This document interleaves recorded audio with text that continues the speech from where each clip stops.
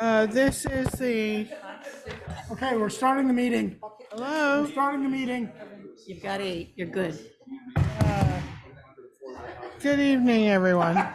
You got a whistle? I can't whistle. At least is joined last Thursday's meeting, so we're getting her to the right. I'm sorry, say that again? She joined the Thursday meeting, Kerry. We're pointing her to Monday, so she might be a few minutes arriving. That's all I'm saying. I think Okay. we're good. We have 8, so We got 2, 4. Okay, 6. good. I'm seven, gonna eight. just, to Ray, go. Oh, hold on, we have to pick a scribe, and Lois is gonna pick a scribe for us. I think we take attendance Oh, we first, take attendance first? Okay, go ahead. and then we'll do scribe. Okay, Ray, yes. Suresh, I know, is not able to get here. Margaret Briggs is here.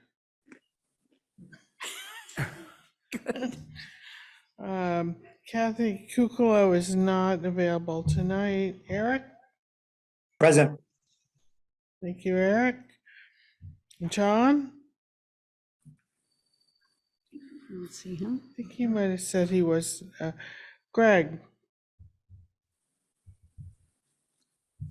Amherst, I know, is not available. Or did he just check in? Dawn, I see your Dawn's online. Hello, here. Lindsay? No? Yes, Yes. she's Hello, I'm here. Okay. Dee? Right, present. in her usual seat. Thank you, Dee. I'm in Dawn's seat. But Don's over there. Parashar Here. is here. Christine Here? here. Brian, I don't see him. I think he let me know he couldn't make it tonight. And Lois, I'm here. In person. in person, because you've been online. You know, not mostly. You're afraid you have to scribe, so now you're online. Oh, I know. Okay, that's why we picked the scribe after. Okay, Maybe we could do someone in the room. I think most of the people online have already. Patel. Are in the process of doing it. I'll do it. D. Okay, D will be scribe. Don't expect much. We Nothing expect, long with short. D, we expect perfection. Thank you so much. D. Ortner will be the scribe. And we are working off a sort of a 2-week agenda. We got much further last night. That would be November 17th, after the hearing. We got very far, but we didn't finish. So tonight, we are working off the guidelines portion of that meeting.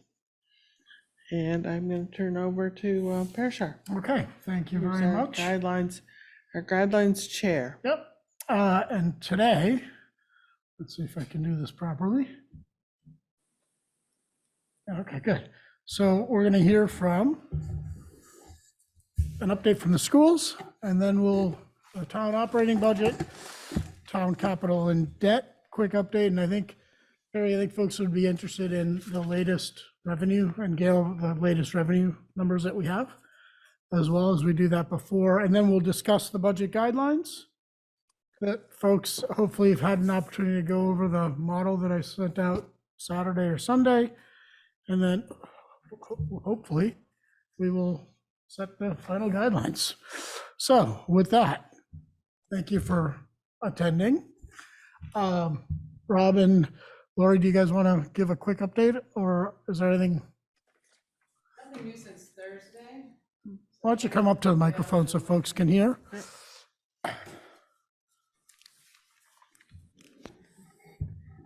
Nothing new since Thursday, but we'll just quickly repeat what we said to you Thursday night with a focus on the CPS budget. We are still in the budget build on, yes, I would like to, thank you. You must have changed your schedule because yes, thank you, I did. Appreciate that. You are welcome. We really appreciate that Thank you. because it's been a busy time. It's been a busy fall for all of us, so yes, A I really appreciate busy it. fall, and I thought you would not be able to attend tonight. Yeah, I so did make some- Very happy to have you here. Thank you. Well, thanks for wanting me here. I appreciate Rob that. is even Bob's here happier. too, obviously. Bob's even happier. Everyone's happy. So just a reminder, we're in the budget building process. We'll have a budget to bring to the school committee for December 6th. So we're closing in on it, and gave you a little bit of an update last week, mostly focused on CPS because we are seeing some variance from the projection that we last brought you. We had said 4.3% when we met with you, whatever meeting that was, and we're running closer to 5.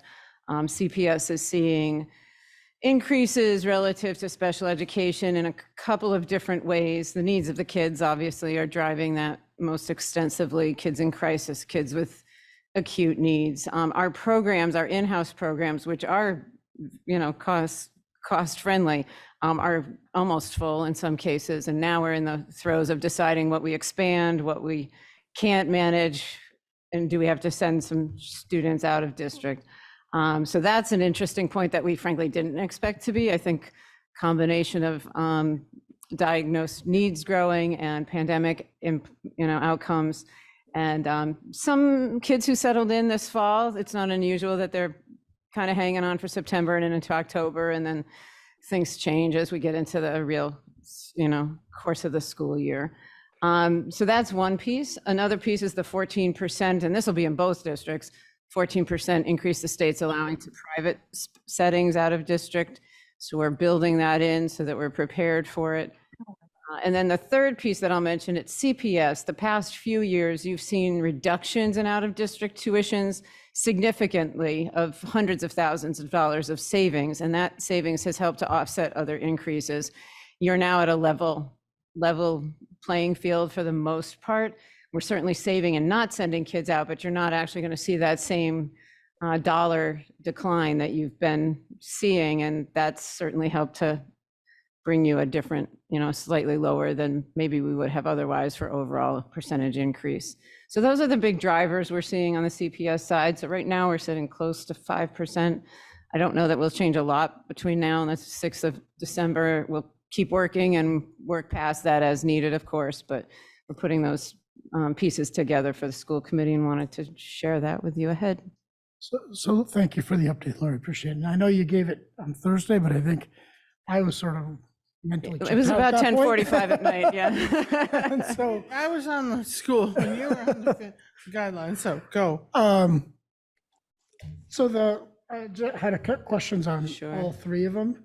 Can you explain the last one? I'm not quite sure I grasp the notion of reductions or savings in the past, not, So because we had more students out of district, there were kids who are already placed out and we were paying the tuition. Yep. We've returned some of them to district. So that's an actual cost savings. in the past. In the past, Got it. we've kind of done that as much as we're going to be able to. We've only Okay. had 15 kids out of district at CPS, so Yep. there's not much left in Okay. that kind of momentum in that Got direction. it. And then, I guess, So go ahead. that's a savings pocket that's been depleted. Yes.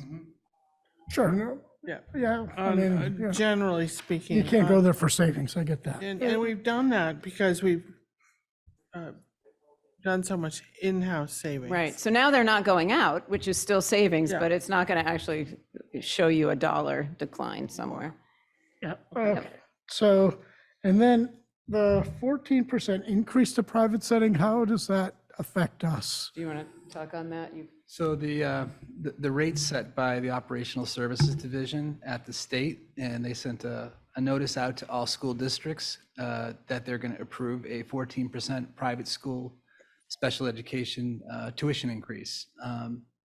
So every district across the state has this. We've kind of sent our communication with other districts as well to the state requesting some type of relief. We don't have any response, obviously, at this point. But we're going to see for a $100,000 placement, it's going to be $114,000 next year.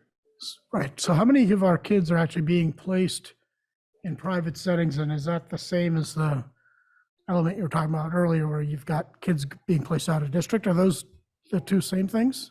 The out Same of two things? district, most of the students that we have are out of district, are at Private? private settings. There's a Okay. few at collaborative settings. Okay.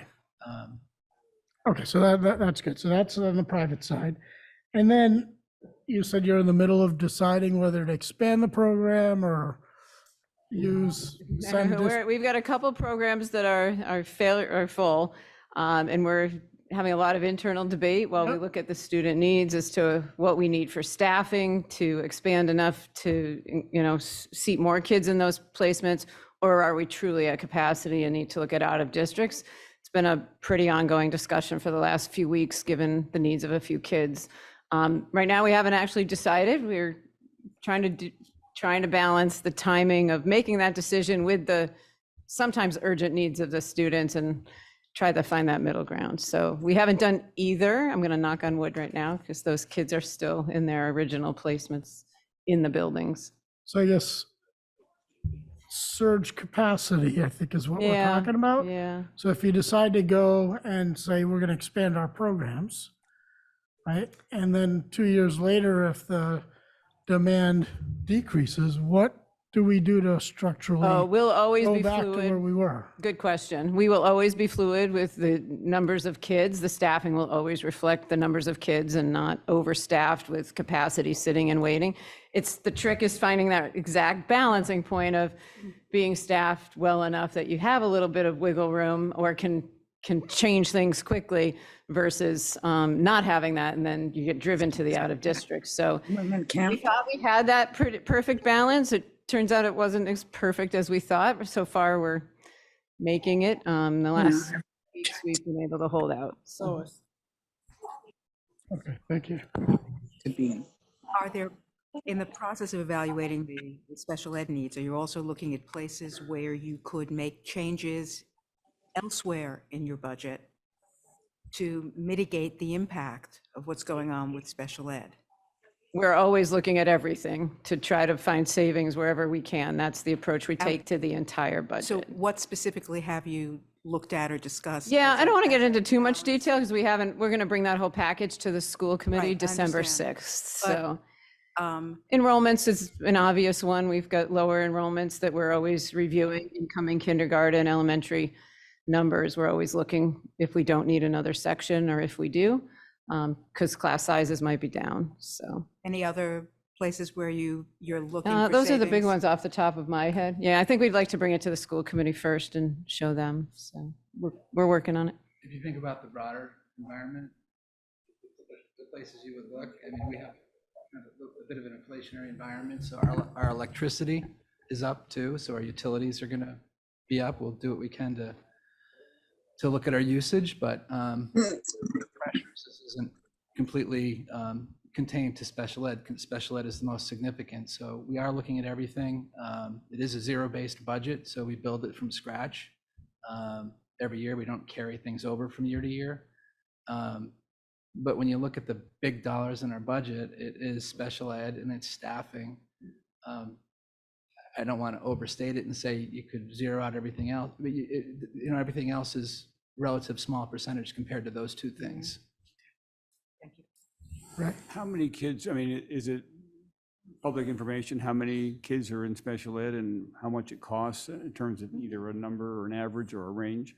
Yeah, and I don't have that off the top of my head, but we can send it to you. Debbie Dixon's aggregated that regularly in the last 2 years, so we could certainly send to you the numbers of students. Yeah, that seems to be a driver, in, every year is the big unknown seems to be special ed.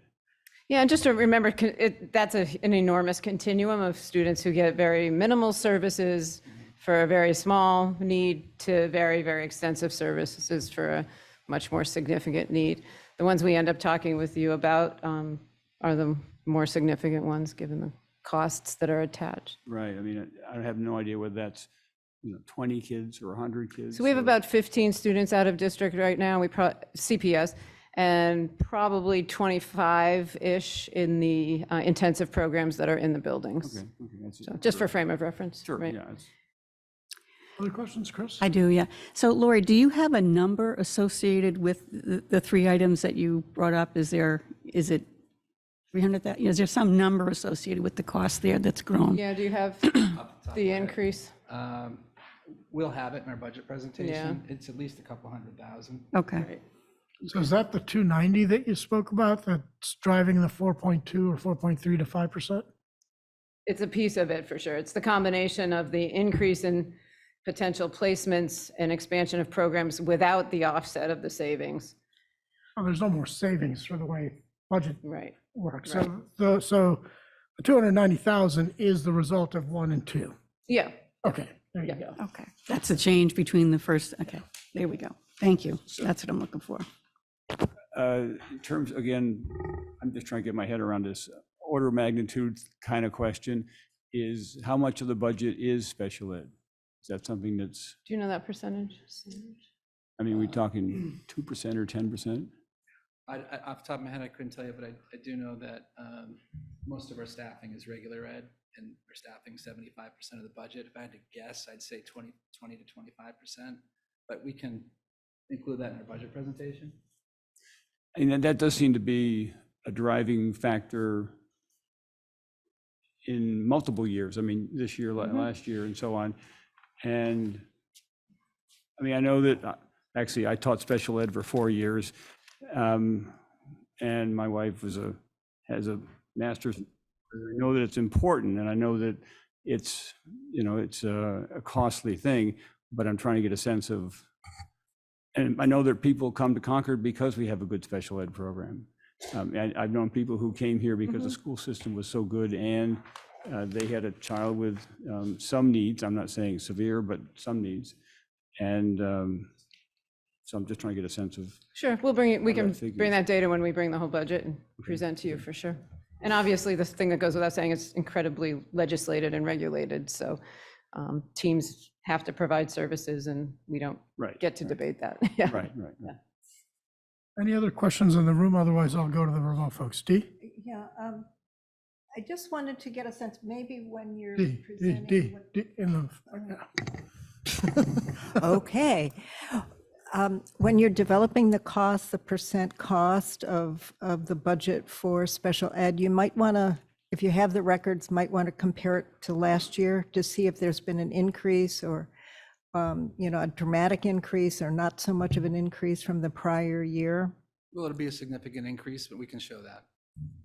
Okay. It's easy enough to. And there's a lot of moving parts because some of the kids in K-8 will age up to the high school, so those will move over. That's true. And so yeah. that'll look like a decline plus the increase that's coming in through K-8.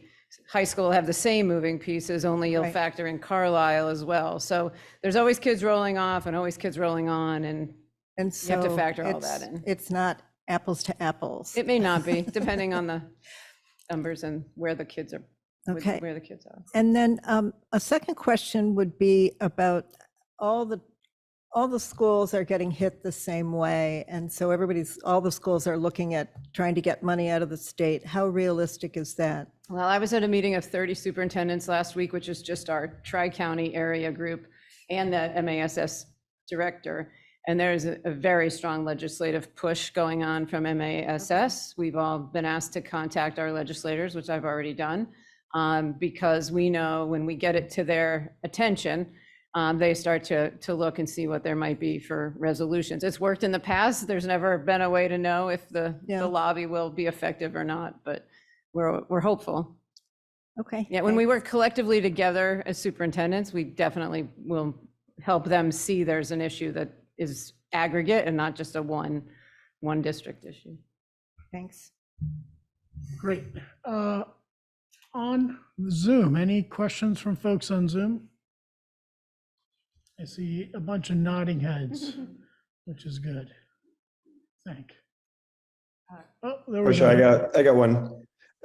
Lori, I was just wondering, do you know when the special education will stabilize where you could predict it a little bit easier? Because I know over the past couple of years, you've been in this sort of flux of going one way and the other. Do you know when it was stable? Yeah, the answer is we're probably in the best position we've ever been to predict it because the in-house programs can absorb more kids without excessive cost. The other side of that coin is there's never a way to predict it because somebody moves into town and they're already placed out of district. We have to absorb that and there's no knowing. So the in-house was the attempt to mitigate it as best we could, but there's always going to be unknowns. When someone comes in from out of town, do you have to continue to keep them at where they were and not do it in-house? So that's the unpredictability that you're saying? So you do have to look at the out of district. You can start to look to see if you have something equitable in-house, but that would take time and trust with a family to start Gotcha. that process.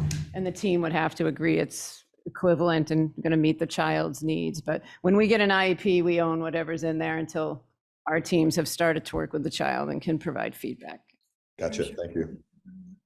Yeah. Another question is, I think if I recall correctly, you said that you had 15 with CPS at CPS? It's been about 15. These are off the top of my head, so Okay, don't hold that's me to them. okay, Yeah, that's it's been okay. about 15 the last 2 years. And 25 intensive programs. What's an intensive program? So those are programs that our students, we have a focused special need with teachers and support staff and, likely some individual assistance depending on the need of the child in a smaller setting within the school. Throws housing it's autism, but it's also other developmental needs. Alcott is housing social emotional behavior, and Willard is housing language-based students. And so those programs are allowing us to meet the needs of those kids based on more of a cohorting model with expert staff and, reach those services more specifically. And then when you're talking about whether you expand or not expand, do you have the physical capacity to expand? Yeah, great question. So we have expanded. I think a year ago, we told you we were filling in the middle school, which we did. Here's a great example of how 2 buildings will be beneficial. We've actually got to expand the 6th grade program because we now have enough kids in the current 6th grade program that are going to age over to 7 and 8.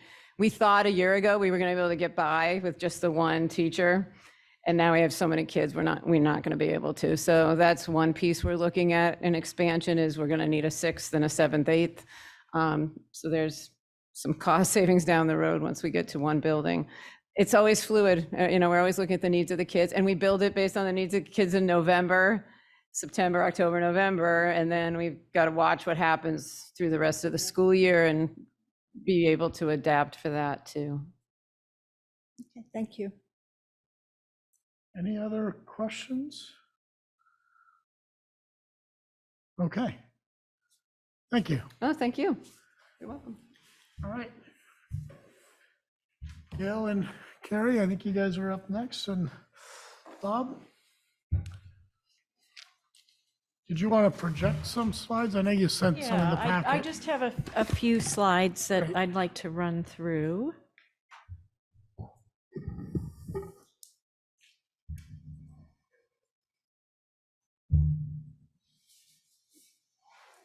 All right, if I can advance.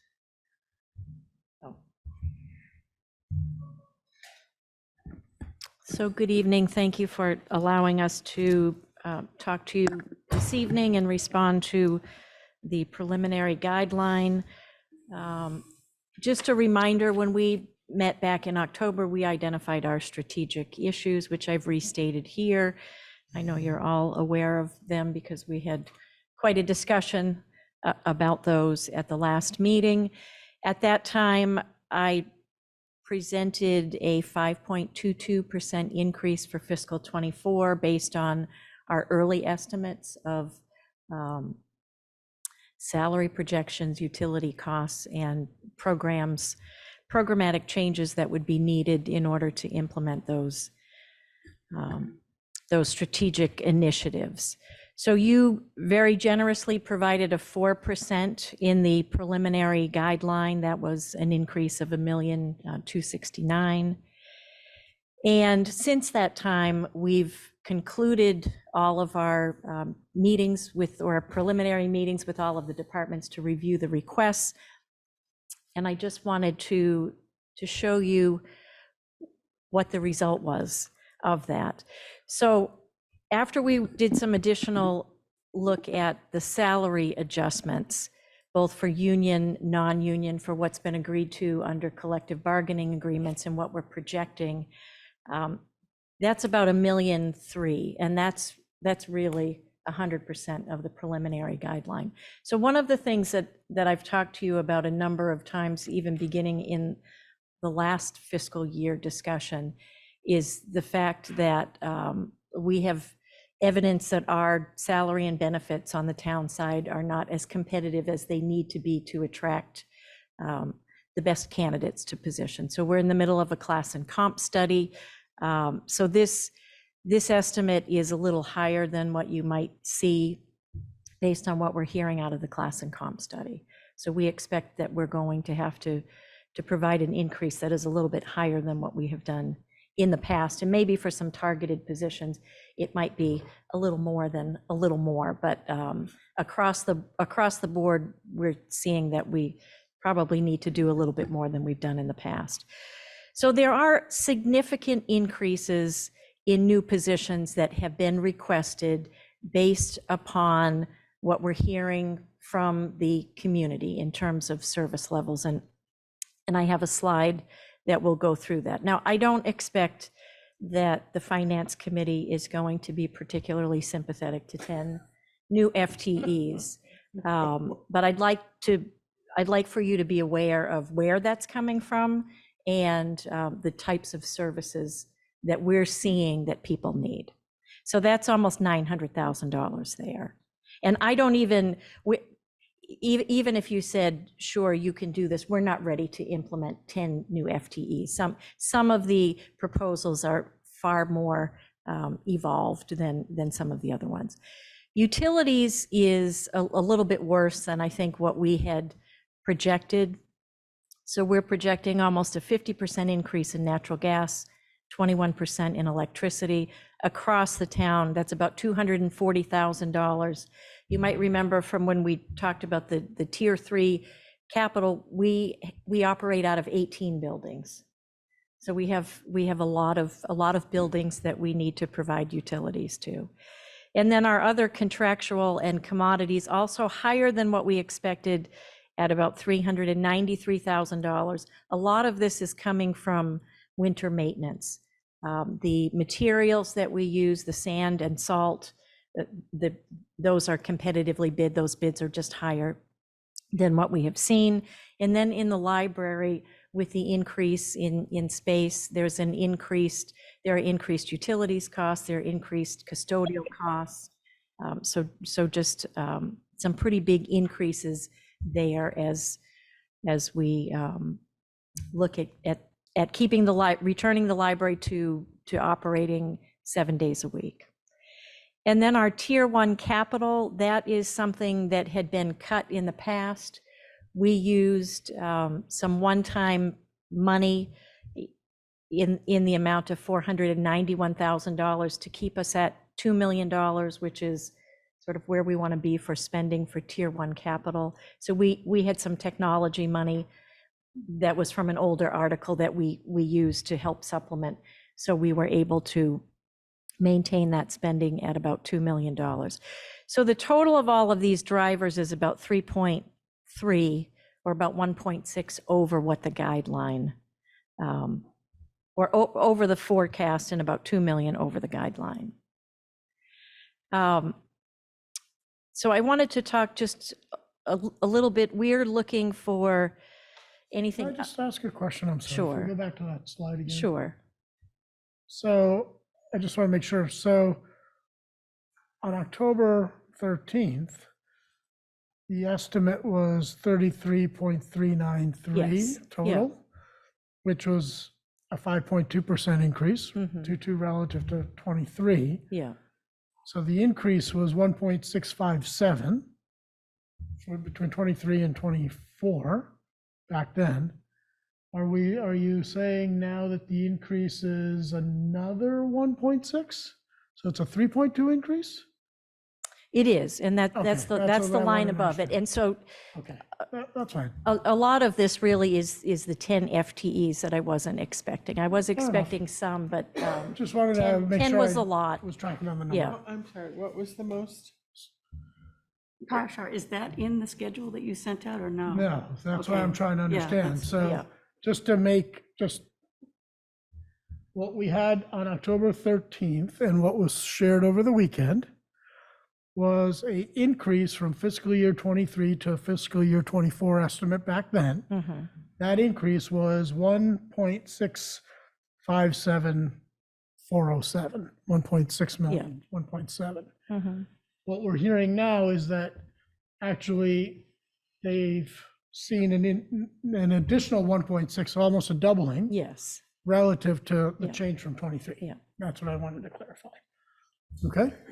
And- 1.7 to 1. And again, So- I'm not here requesing No, I understand. I that, just but want to make sure we get the it facts. was, Right. Okay, good. right. What was that, Chris? Good.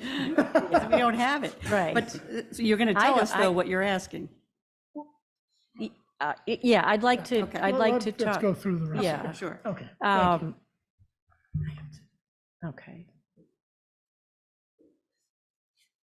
All right, and actually, on this slide, I kind of talked through these a little bit, but just in terms of the FTEs that I think are particularly needed going into fiscal '24, we do have the transportation planner and the economic vitality manager. Those are two positions that are new to fiscal '23. They were not positions that we had a half-time transportation planner, and there was a push to make that full-time in fiscal '23, really in not only in response to what we're hearing from the community, but there's a lot of funding, grant funding that is available, and we wanted to be able to take advantage of that, and so it's easier if we have somebody that is dedicated to doing that work. So we do have that increase. And then the economic vitality manager position was another position that was not contemplated in the fiscal '23 budget. There was a strong push for that.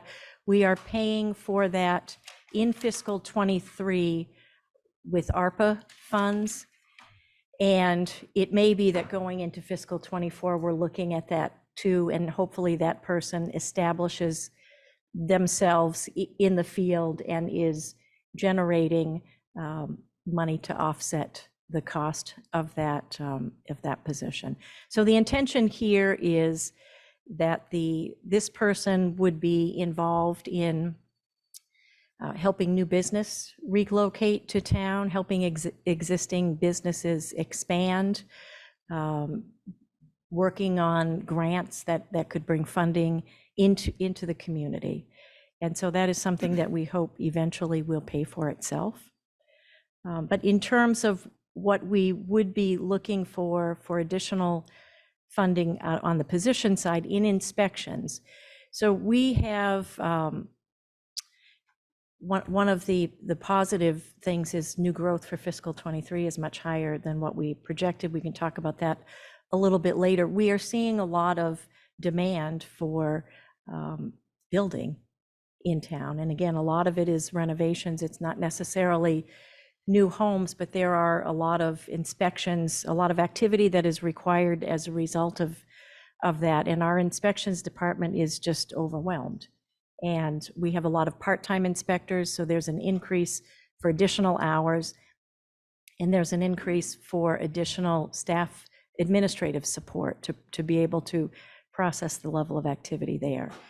And then another area which you probably don't see too much, and I don't think most people in the community see, but the services that are provided by our human services departments. Everybody's familiar with the senior center, but there are, what you might not know, in the senior center, we have a number of outreach coordinators that work with at-risk seniors.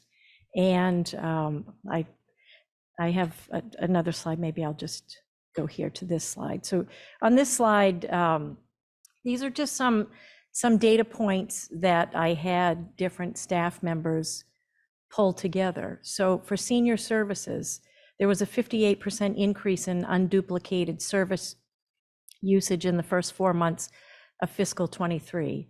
um, over fiscal '22. The number of unduplicated services provided by our geriatric nurses increased 57% when you take out vaccinations.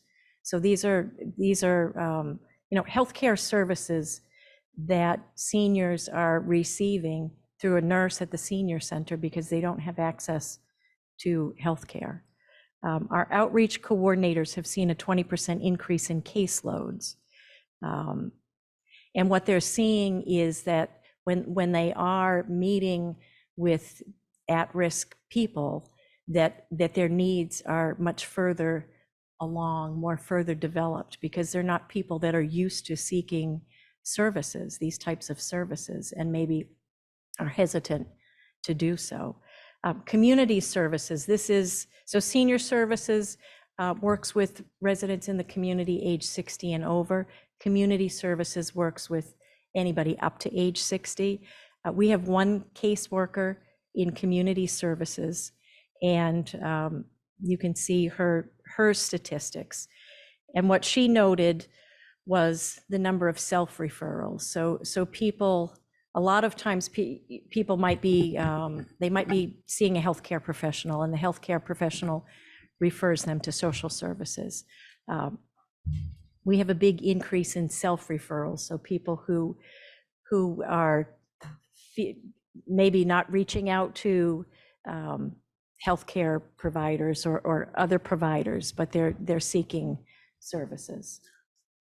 You say unduplicated. What does unduplicated mean in this application? So that is a person, rather than if you sought services 15 times in the year, you're one person. One person. But we also keep statistics on Right, on duplication as well. There's a note, so we have a part-time veterans agent in town who provides services to qualified veterans, spouses, widows, in some cases, parents of veterans. And he is seeing an increase in referrals as a result of this new PACT Act, which grants additional medical presumptions. So people who have certain types of medical conditions, cancers, that they are presumed to have contracted that disease while in service, and so their care is covered through veterans services. And then also in our police department, we have a social worker of sorts on a grant in the police department, and she is involved, and you can see her case log here, and she is involved oftentimes as a diversion technique to help people who shouldn't be in the who should not be interacting with the police department, and with a little help maybe will not be interacting with the police department going forward. So these are the areas where we are just seeing huge increases in service demands. So I'm here to present that and request consideration for up to $600,000. That is so I have gone through the budget. I have crossed out a lot of things that I know we just can't do, over, I think, about $2.3 million. And I'm down to this 600,000 that I'm struggling with, that I will need to go talk to the select board about. I'm scheduled to do that on December 5th to see where we might go, because I don't necessarily expect any movement from the finance committee. Obviously, the 4% was very generous, and I understand the financial constraints of the community, but we have, this is what we're seeing, and I feel an obligation to bring this forward to you. Carrie, could you just go back to the funding areas for that? The public funding, state funding, government fund, federal funding. Oh, Mentioned a few other resources. what is So available? is the 600 the net of other funding resources? it is, it is not the net. I'm not sure what we have for other funding resources, but I will say the social worker we have in the police department, there is an opportunity for a grant to continue that grant. I have not contemplated that. It's not included because the timing doesn't line up exactly. That is an opportunity. We do have the ARPA funding. We have a significant amount of ARPA funding, but we are really trying to limit the use of that to ongoing costs because it's just creating holes further down the road. My thought is the ARPA funding is more for projects, for capital, for one-time expense. That is sort of what I was getting at, like if there is some funding for these, I just would like to identify where there's outside funding that will go away, and then we'll have a employee or something, or someone on the books, or a program on the books that then we would be on the hook to fund.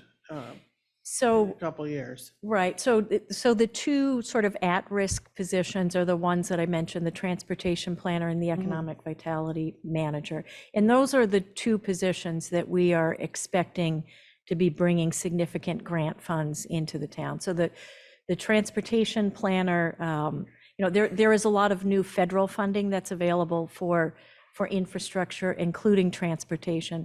There is also a significant amount of money that is available through the TIP, the Transportation Improvement Plan or Program. That is just ongoing. It's been around forever. It will continue forever. And the town of Concord has not necessarily received a lot of funding that way. That said, the Assabet River Bridge, we're expecting to come through on the TIP. But that's really the only significant project in a fairly good amount of time. And if we can position ourselves to get more of that federal money that comes through the TIP. And then the economic vitality manager, there's a lot of opportunity to bring business to the community. There are businesses that want to operate in environments like we provide here with clean energy and a supportive tax base. And so I would expect that these positions on a regular basis would either be bringing grant funds or business into town, but we are taking risks there. So I'm just, again, trying to add up the numbers. We're 1.6 above what you came in October because of the top 4 or 5. Yeah. But you're only asking for 600,000 more. Yep. Which doesn't quite even cover the commodities and the utilities piece. And so of the 600,000, if you go to the next slide, like what general percentage are you thinking would go towards utilities piece versus the contracts versus FTEs?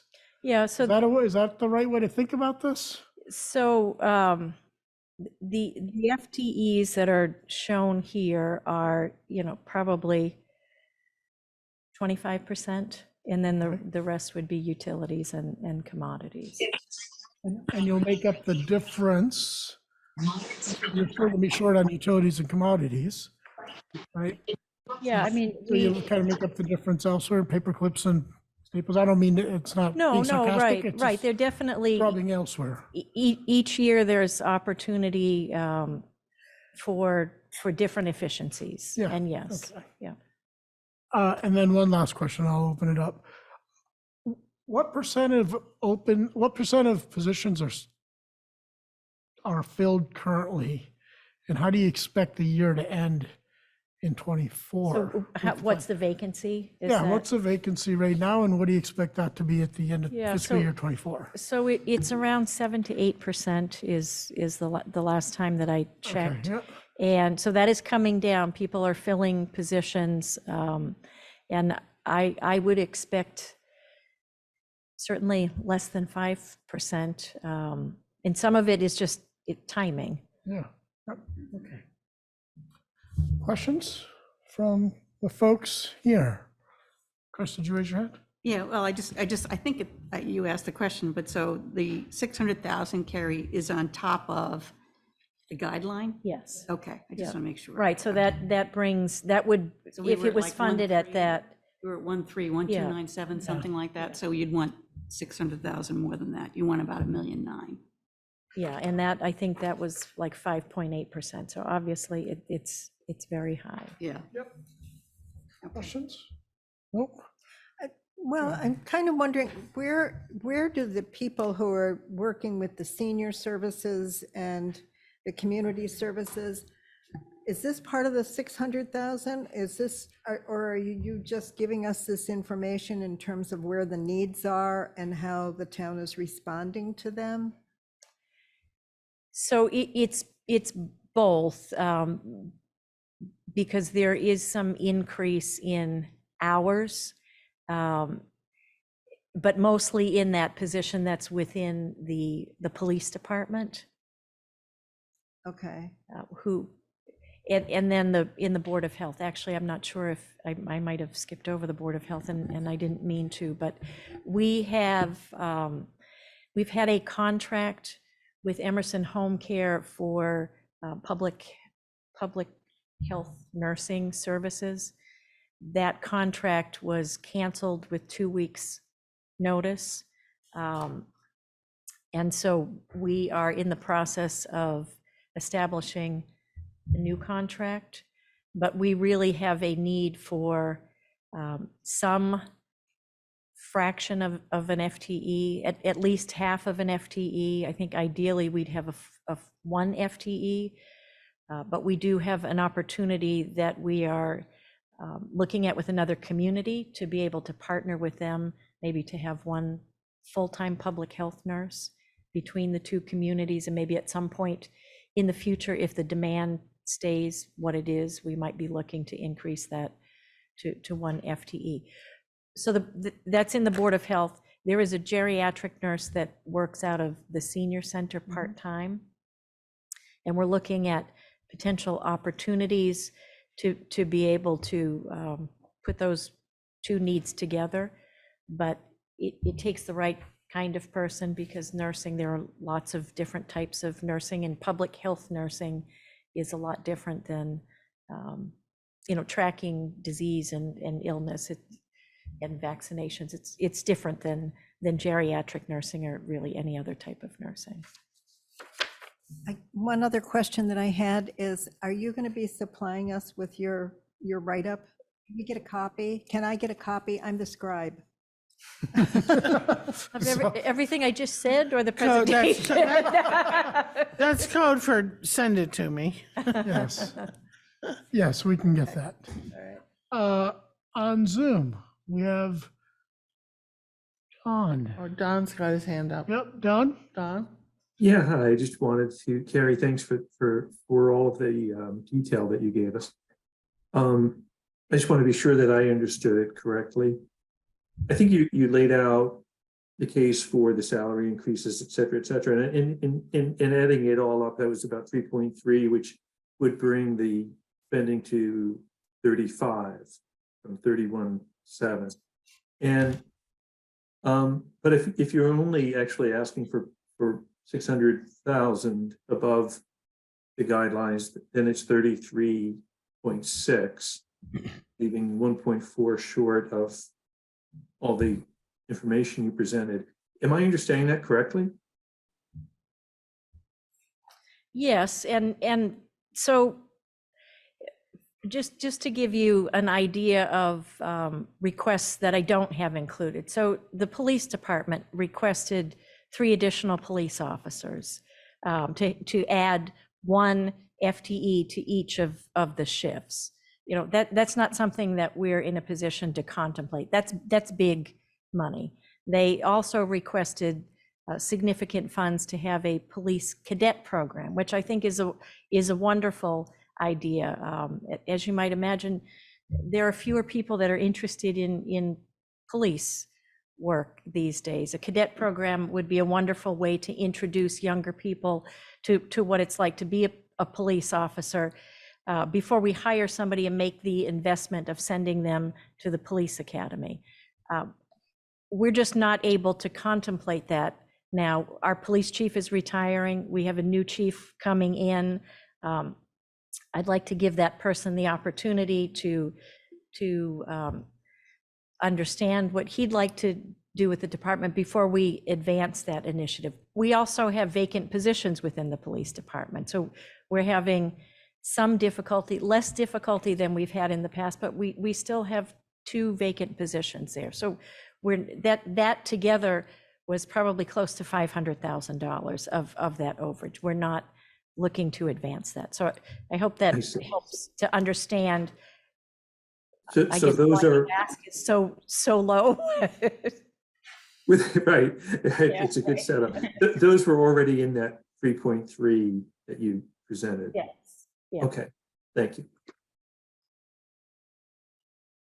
Other questions from folks on Zoom? It's a quiet group today. I just have one more, Carrie, on the, if no one else is on Zoom, is there okay? Yeah. Eric. Oh, Eric does. Sorry, Eric Oh, does. Eric, go ahead. Yes, Carrie, it sounds like the 600,000 is baked in the sense that you don't expect it to go any lower. That's kind of the minimum need you foresee. Is there a chance it could go higher?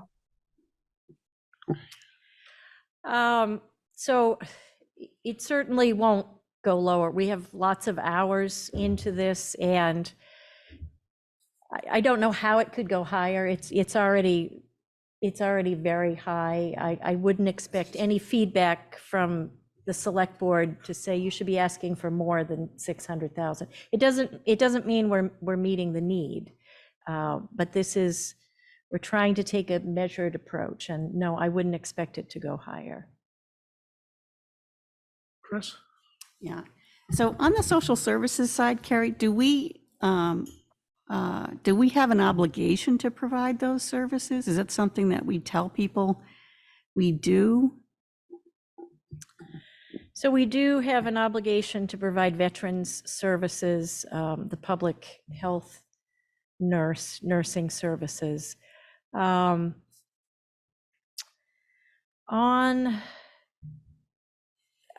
would say probably not on the senior services and community services, although we do have some grant funds that we receive, helpful, but not, it doesn't fund significant portions of the budget. So we would have to take any grant requirements into account. Okay, so it's not something we're obligated to do. It's nice to do, and obviously people looking for the services, but it's not something we've promised as a service in the town. I don't believe so. Okay, thank you. Does this include the person who was upstairs at Everett Street? I can't remember her name. Yes, I can't, Bonnie Wilbur, maybe the Yes, community that's right. She moved services over from the director seniors, was. from the senior council on aging, right? Yeah. So she's over in 55 Church Street. We used to have a youth services coordinator as well. We don't have. Right. That was in the high that. school though. No, I don't. Well, you know what? I'm not sure. Okay. I have one other question. Along the lines of the community services and senior services, we have a bus that goes around and picks up people. Maybe they go grocery shopping or they go to a, now is that something that is just a nice to have that the town offers, or is that required by state law, or how does that occur? And how does that fit in maybe with Chris's question? Yeah. So senior centers across the Commonwealth provide transportation services at some level. Do you have any thoughts on the requirement? No. Just one thing, I'm not familiar with Concord as much, but to the extent that the superintendent has in-districted special ed students, some issues cross into families. And certainly some of the social services and mental health services provided to a family can help the student's situation. So it's another preventative approach, if you will. It's not a requirement, but it's another sort of preventative attack. Thank you. Can we get the revenue update now? Because I need some good news. Can I just close on that theme? Okay. I think the last place I'd want to look at cutting what I think is a relatively small amount of expense is senior citizens, especially considering that we're recommending a brand new middle school. And I think we're going to be recommending a pretty substantial regular tax increase. I guess I feel, if there's anywhere in the budget I would not want to cut, it would be senior services. So that's not a dollar question. And in fact, it's not even a FinCom question. Right, I It's was a going to say, select lucky for board you, you question, don't have right? to make that decision. That's a select board question, but, okay, continue. So before we go to the, can we do the revenue piece in a minute? Are there any members of the public that would like to ask questions, either of the schools or the town, before we go to the revenue piece? Nobody would like to speak. Okay. All right, now, so Carrie, so let's do this. Let's get a revenue update so we get a sense of how the revenues look relative to October. And I'm assuming that's built into the model that you've got in terms of tax, right? Yeah. So once you do that, what I'd like to do after that is actually go around and discuss what we think of the latest news that we've heard, what we want to do relative to the preliminary guidelines. Carrie will be available with her model. We have a rule of thumb, which is almost 1% increase in guidelines is just 0.98, almost 1% increase in impact on the tax rate. So that maybe serve as a rule of thumb as we have our discussion, and then we'll be able to model it once we triangulate on a set of numbers. Do you want to have a discussion on capital before you do the round robin or after? Well, I think Chris wanted the news first. Maybe we can get the good news first and then go to capital. Go ahead. So maybe just a quick recap of fiscal '23, because we're working on our tax recap to get the fiscal '23 tax rate certified. So your final guideline for fiscal '23 contemplated a 3.37% increase to tax to the existing homeowner. Right now, it's looking like that will be closer to 2.05%. And I'm talking about operating budget, not the excluded debt. And the being on the average tax bill as it is escalated? Well, just the, Talking about assessment, sorry. no, I'm talking about tax increase, year over year tax increase. And the reason for that is we had about $300,000 in new growth over the estimate. So we then have raised the fiscal '24 estimate for new growth. Right, Because so what was the estimate in '23? Was it 800,000 or 950? I can't remember. It was 900. That's where we ended, and it's $1,241,514. Is what came in? Is what has been certified. Okay. We also each year set aside $200,000 as a snow and ice deficit allowance that we did not have deficit spending. Not that we didn't spend over budget, but we accounted for that in year-end budget transfers, so we were able to do that. So we So should be that's- happy we're not in Buffalo. Well, that's this year. This, I'm talking, well. Talking about last yeah, year, Right. And- 7 feet. I was born in Buffalo. There you How go. did you get out?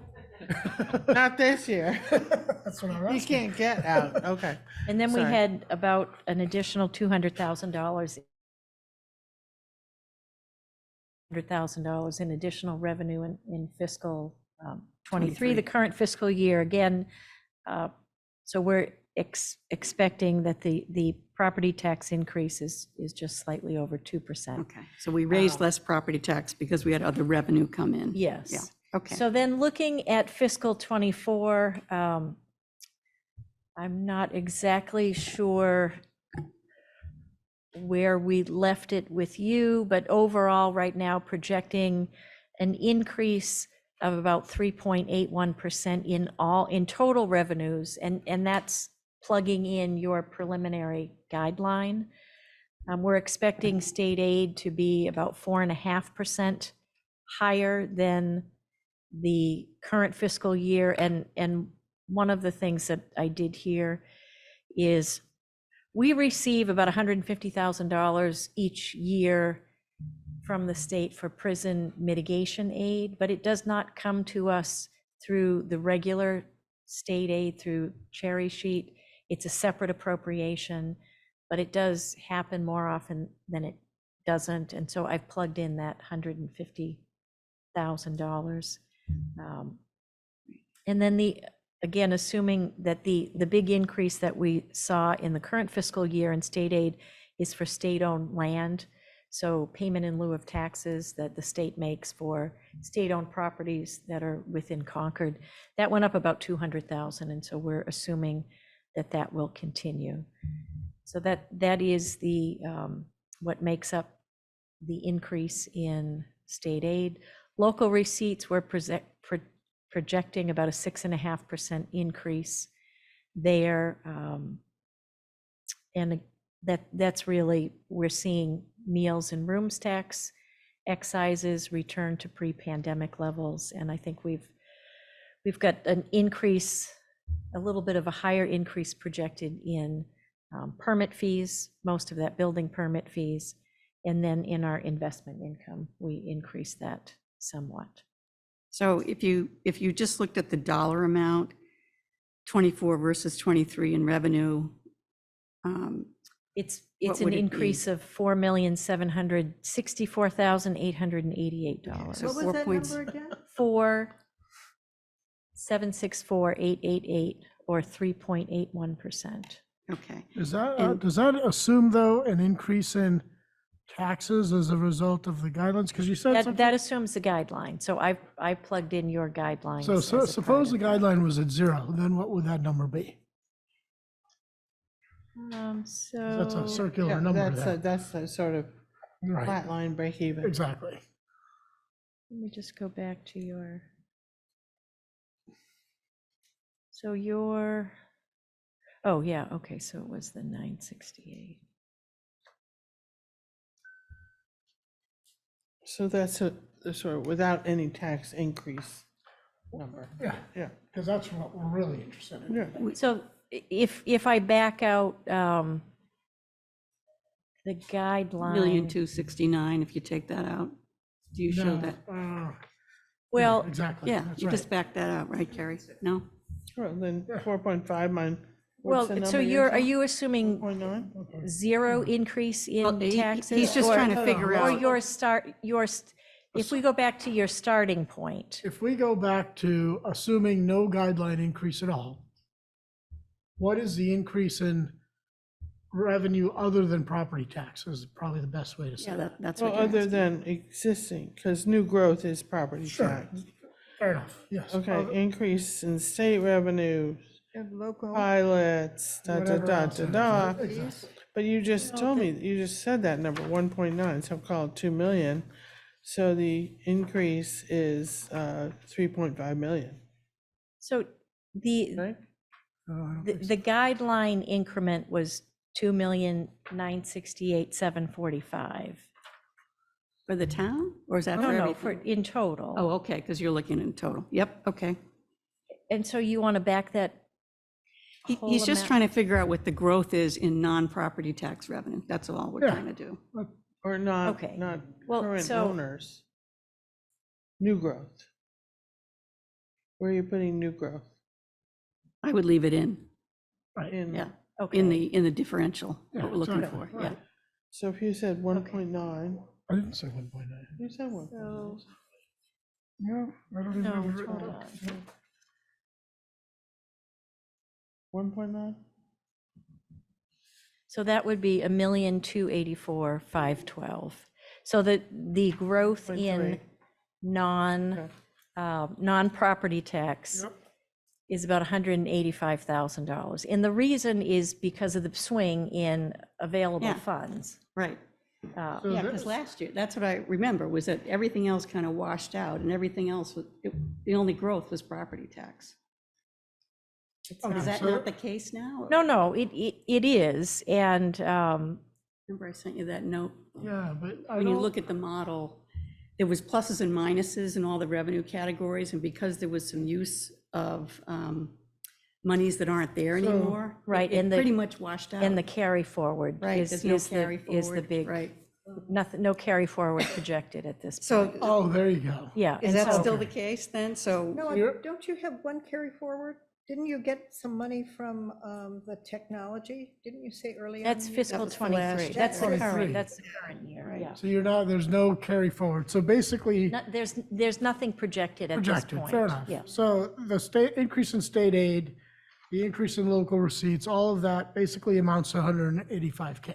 because it was offset by a bunch of other stuff. Right, offset You by have to about see the schedule. $650,000 in available funds. For reduction in fiscal year available. 24.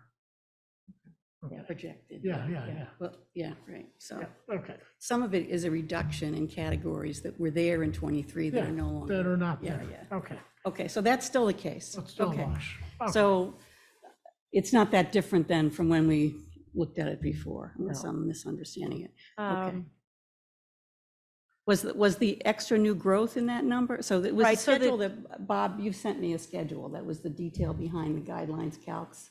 Remember that? It was like 2 weeks ago. That's where I'm looking at the revenue, which is, I think, the same schedule that Carrie's talking about. So I'm just trying to figure out if that schedule is different now or not. So we started, our first new growth estimate was 950, and now it's at 1.1. Okay, is that different than what you sent me? That's the same. Okay, then I know where we are. Okay, Did so you the find revenue, good, did you find good news? no. No, I did Just not. double checking. No, I did not. It's okay, so we are, we Both are, at okay. 350, so that was the difference between 950 and 1.1. Yeah. Yeah, okay. Questions on Zoom? Did you guys follow all of that? Yep. Okay. No, but we start at the beginning and run through the numbers all over again, please. They're just nodding. Yeah. blindly. All right. They're just You want to talk thankful they're about free not cash here. at all? Has the number changed? I was going to ask as we Yeah, get into the guidelines model. yeah, I'm just And- curious and, if what free cash Okay, looks 1 like. and 2, 3, right? I'm sorry, say that again? Oh, Matt, you have a question or statement? Yeah, I guess technically I'm the public, but I wanted to ask Carrie how we're going to account for this year's allocation of ARPA funds, which is, I think, about 1.4 million. And I haven't seen that added in anywhere. From capital. It has not been added in. We have some tentative allocations in capital, but we have not allocated the large portion of it, have not decided about that. Yeah, because I mean, Like, I think that it certainly, while it could go to capital, it's potentially available on this side of the budget as well. So it's clearly, we want to avoid putting into things that are going to recur, because it'll just give us a, you know, a sense of entitlement that we don't deserve. But there are, I think, some relatively short-term or one-time expenses here as well. So it's just something to consider I just think it should be in the mix somewhere. And the goal was that we roll it into the annual process, and that either could be capital or, the operational. Yeah. Good, thank you. Matt, I agree with you. I saw it in the, there's a slide entitled Capital FY 24 to 33 that we saw last week. And it does include ARPA. And I couldn't quite figure out if that's the top part is, budget, and the bottom part is how do we pay for it? And there were two, some ARPA inputs there.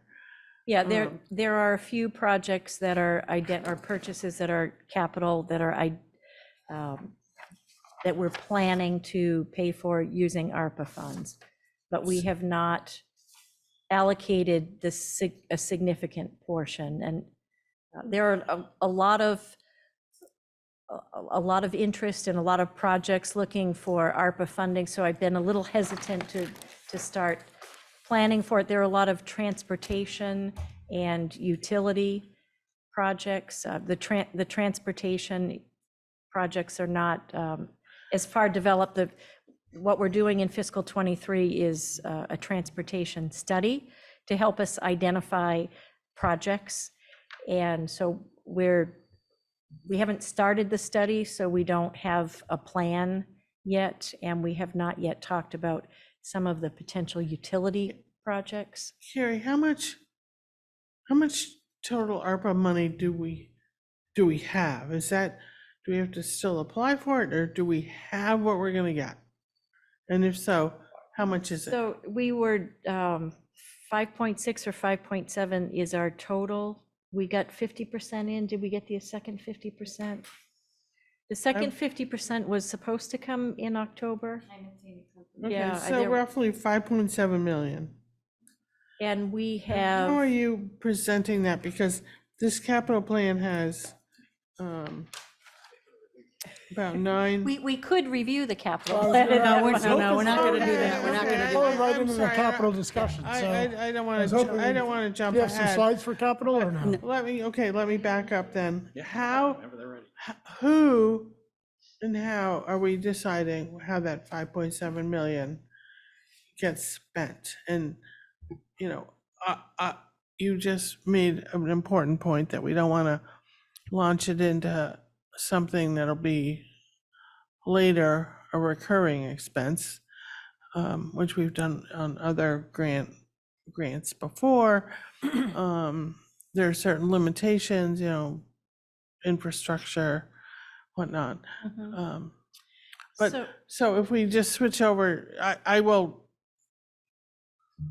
defer to the agenda, Mr.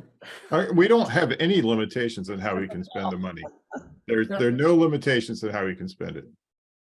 So let me ask a we question. can't spend it on, no, We just applied for it based upon revenue shortfall, so it's general funds. okay. So I thought, So it'll Before be we as go- excuse me, Matt, between you, it'll be your decision, the FinCom's and Finance Department's decision with the Finance Committee's advisement. Well, my hope was that it would be the town's decision, that everything would end up at town meeting, would get approved as part of either capital or operational budgets. I was under the Okay. impression that, Carrie, you were gonna develop a set of recommendations for? Yes. And what's the timeline on that? Rather than go to the details right now, when do you expect to have that recommendation done? So as Matt said, the decision of the select board was that we would contemplate 25% of the total in each of the fiscal years as a part of the operating and capital budgets. My thought is or preference I'm is that sorry, it I'm be sorry, used Carrie. for Each capital. of the 4 years, it's so, got this time. is, 23, 24. it's required to be over 4 years It and be needs all to be spent f- by, It needs to be fully expended by 12/31/2026. okay, thank you. And it has to be dedicated, though, by December of 2024, right? Yeah, and you know, I say that we took it in as lost revenue. So we're really not bound to any spending timetables. You took it in as, Lost revenue as one of the categories that we could take it in okay, as. and now it But so we are, is revenue. Or somehow. yes, it is grant money that there is an agreement that we would spend up to 25% each year for the next 4 fiscal years. Okay, The remaining. So we made some commitments in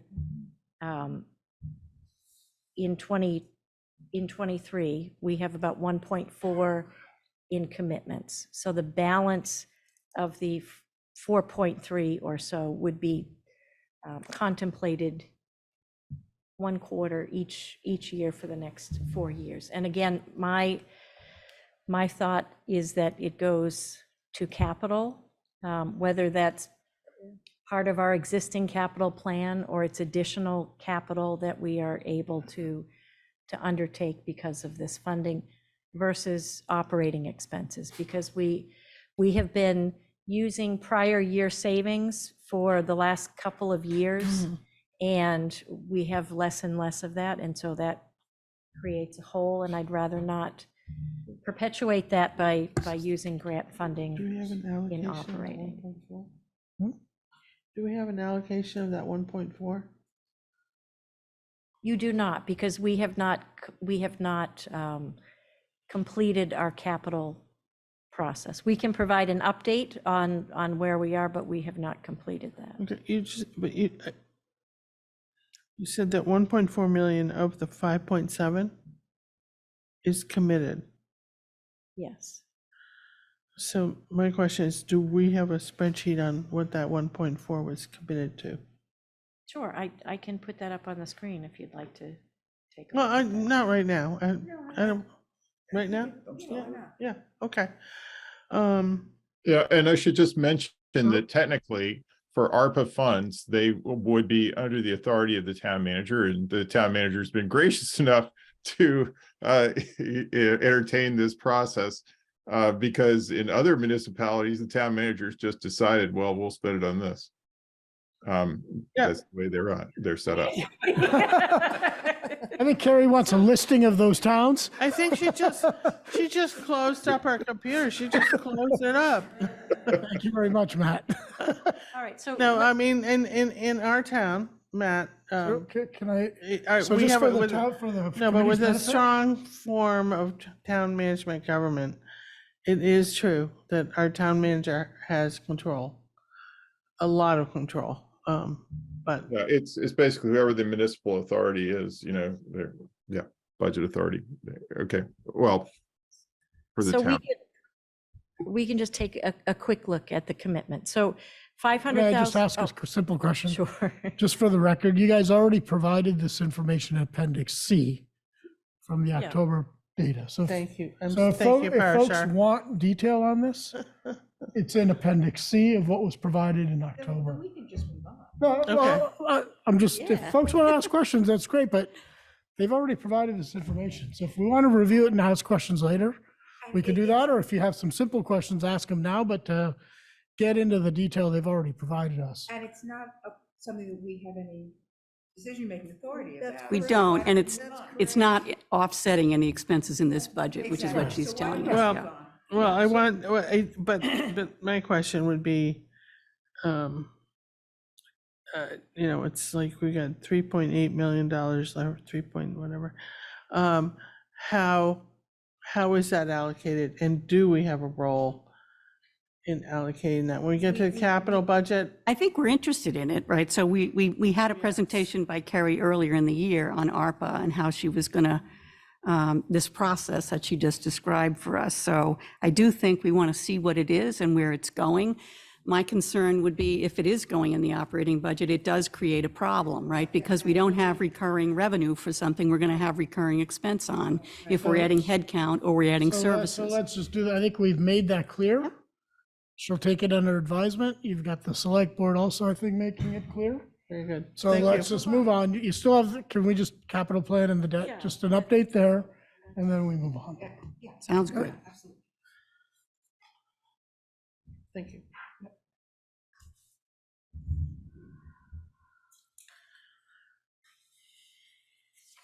Okay, this is in your meeting packet for those following along at home.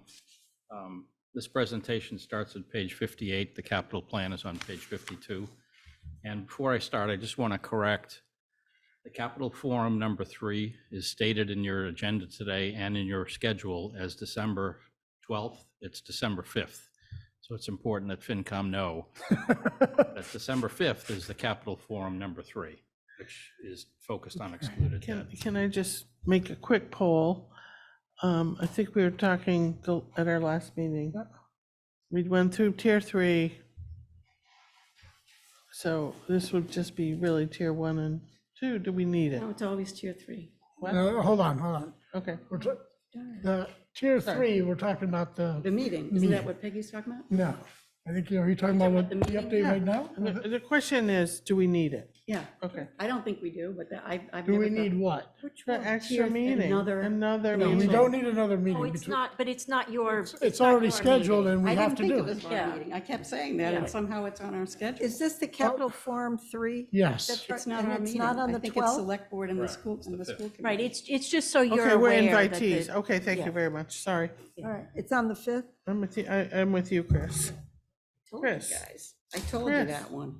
Chris, I just want to let you know we're in agreement. Good, good, In agreement. good. Okay, the update. So I'm going to start with just an overview, maybe for the public. The Finance Committee, and I've seen policies written in different ways in different places, but you refer to 100,000 or less as pay-go or tier 1 capital. You refer to 5 million or larger, should be requested as excluded debt outside the levy, and that's tier 3, and everything else is tier 2. It's between 100,000 and 5 million.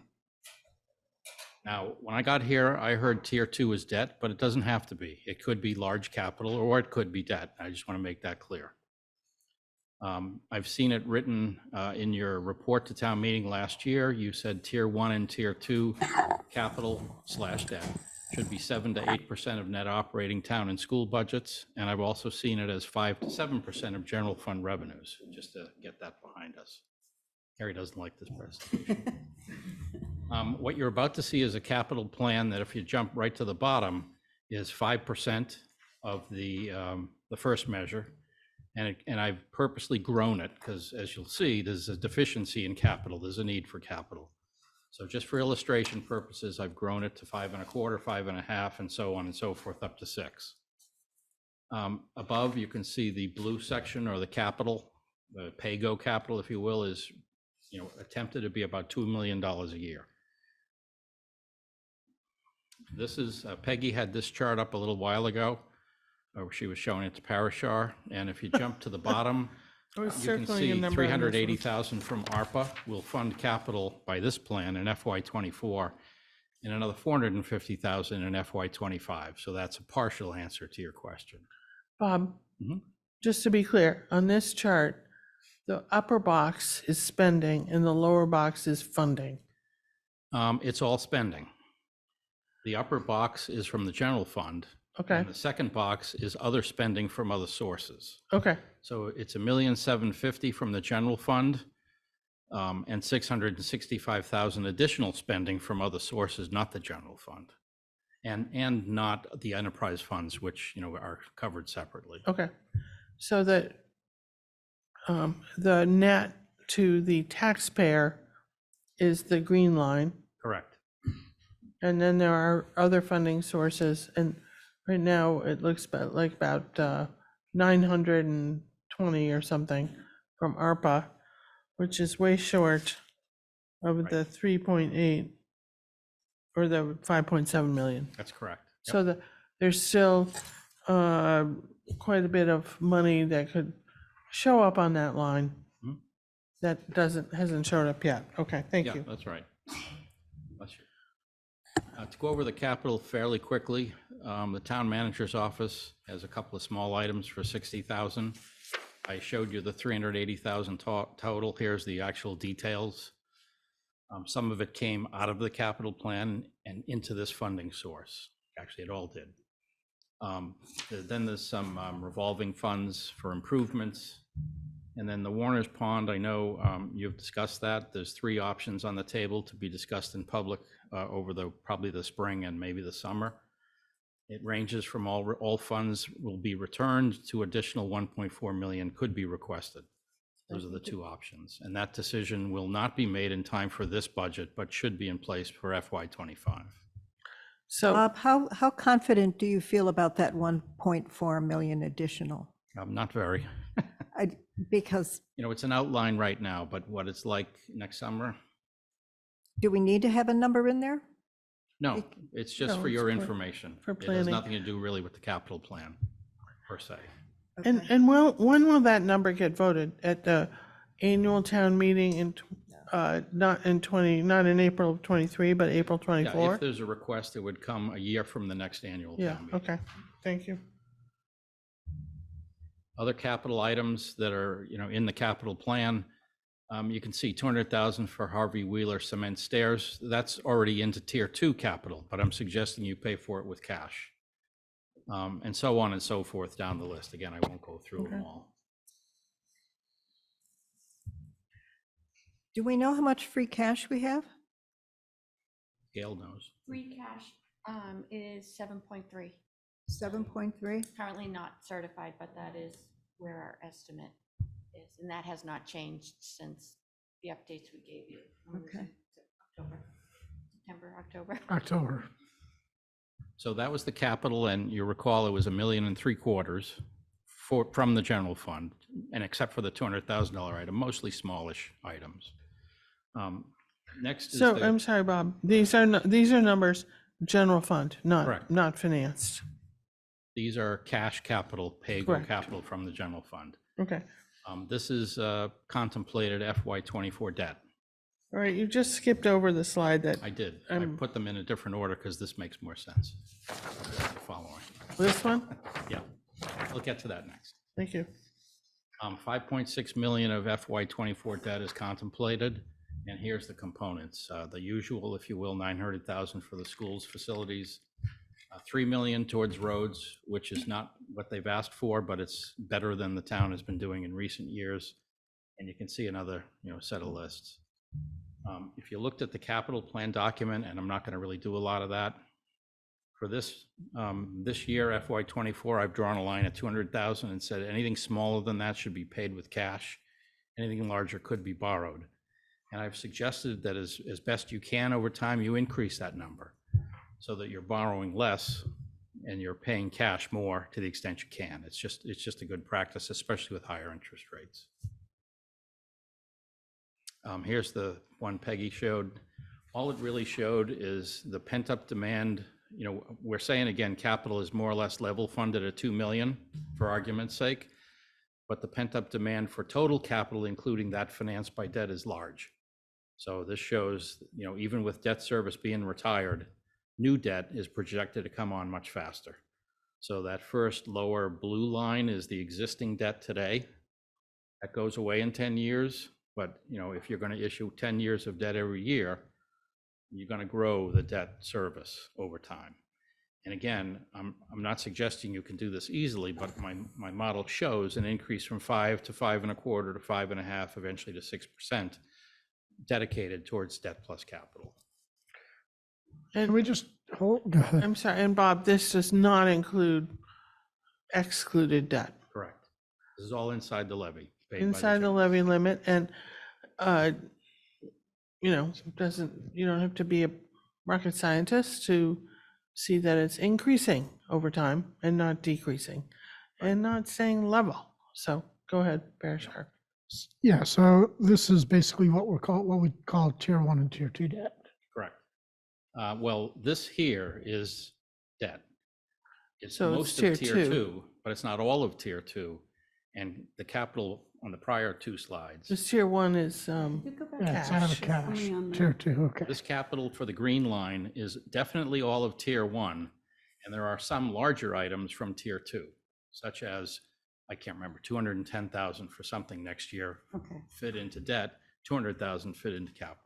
okay. And when they say capital, that's the cash piece. Cash. So that's what, it's a strange title to me, but I get it. Yeah. So if I add The those two difference numbers between together, savings and a mortgage. 2.3, 2.4 million, that's what your cash is projected on for FY '24, your capital spend. You'd get this, that's really the general fund number. The rest doesn't matter for this purpose. But yes, there's almost right, 2.4 million of capital. Right, The okay. one in the bottom box Right. is paid by 2.4, but someone there's else. 1.7 from, Take this number down here, the Rolls. 1.3, I'm sorry, 1.75 million in blue. Yeah. You'd add the debt service I just showed you. Yep. So it's about 6 odd million total.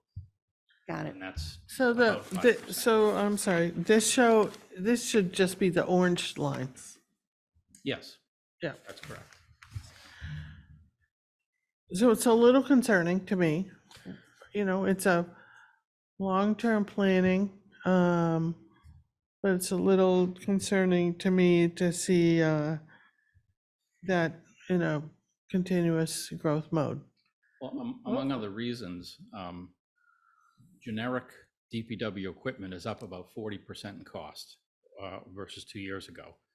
That doesn't mean you want to increase your capital plan by 40%, but it means you're not going to be able to buy as many things under the allocation you do provide, which is going to stretch out, you know, the way vehicles are replaced, for instance. Now, is that 40% going to hold? Nobody knows. But capital is inflating at a higher rate than most other things, or many other things. So I don't think we want to belabor it tonight, but maybe we'll have another discussion on our debt plan. Because back up one slide, Can you go back? Yeah. does that look like a good debt plan to anyone?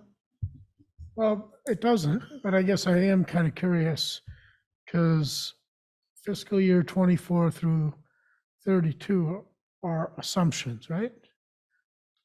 Everything except. In the other very words, top those line rows, is those assumption. rows. Yes. Okay. Yeah. So, Yeah, but I think that, you know, a later discussion. You load that with the excluded debt, I know. Well, run out of the Right. room screaming. Yeah. If you see that, right? Those are the two. the Yeah, two we numbers already voted the together, right? excluded debt, Chris, so, okay. Oh, but no, but I'm just more, saying more it's is coming. there, right? I- You have More is to pay coming. for it, I'm right? with you. Yep. I mean, that doesn't look like where we want to go. Can I just ask Bob Yes. one, Bob, you were saying, pay more, your guidelines, pay more, borrow less. And then you had, was it 5%? But this to is 6 borrowing. 5 to 6% dedicated to debt service? That was the other comment you 5 to made? 7% is dedicated to the cost of capital plus debt service. Okay, And it's generally better to try to not borrow as often as you can. yeah, There's certain things like if you're going to spend $3 million on roads and you have a $2 million capital budget, you're not going to be able to yeah, right. not borrow for roads. And I hate to even ask what your interest rate assumption was in this chart. I think it was 5, just to be real Yeah, simple. okay. So, I mean, Lindsay has a question if you're taking questions Oh, from yeah. the rest of oh, the. So is don't- 5 consistent all the way through? Okay, so, I mean, that's an important question Yeah, no, I agree. compared to historically. Right, but also I don't know that that's, yeah. Yeah, it's Lindsay, a you question got a mark, question? right? Yeah, you may have already said this, but can you help me understand why the capital is staying flat around 2 million and the debt service, the debt is going up? Like, why is that? What is the point of changing the mix so much? Do we just not expect to have the cash to be able to increase it above around 2 million over the next 10 years? The honest answer is it's meant to horrify you. It's meant to get your attention. working. Yes. You should increase the cash component as much as you can. But again, I'm showing a total of 5, 5.25, up to 6 eventually. And you get a lot more capital by borrowing. It's not the ideal thing to do, but to the extent you have needs, that's how you answer the needs. And it's it's a greedy, self-fulfilling prophecy. Then you have too much debt at the end. Right now, you're paying over $1 million in road debt in the FY24 budget. So that doesn't get you any new work. It's like $1.2 million. Mhm. That's just paying for road work that was previously done or maybe about to be done.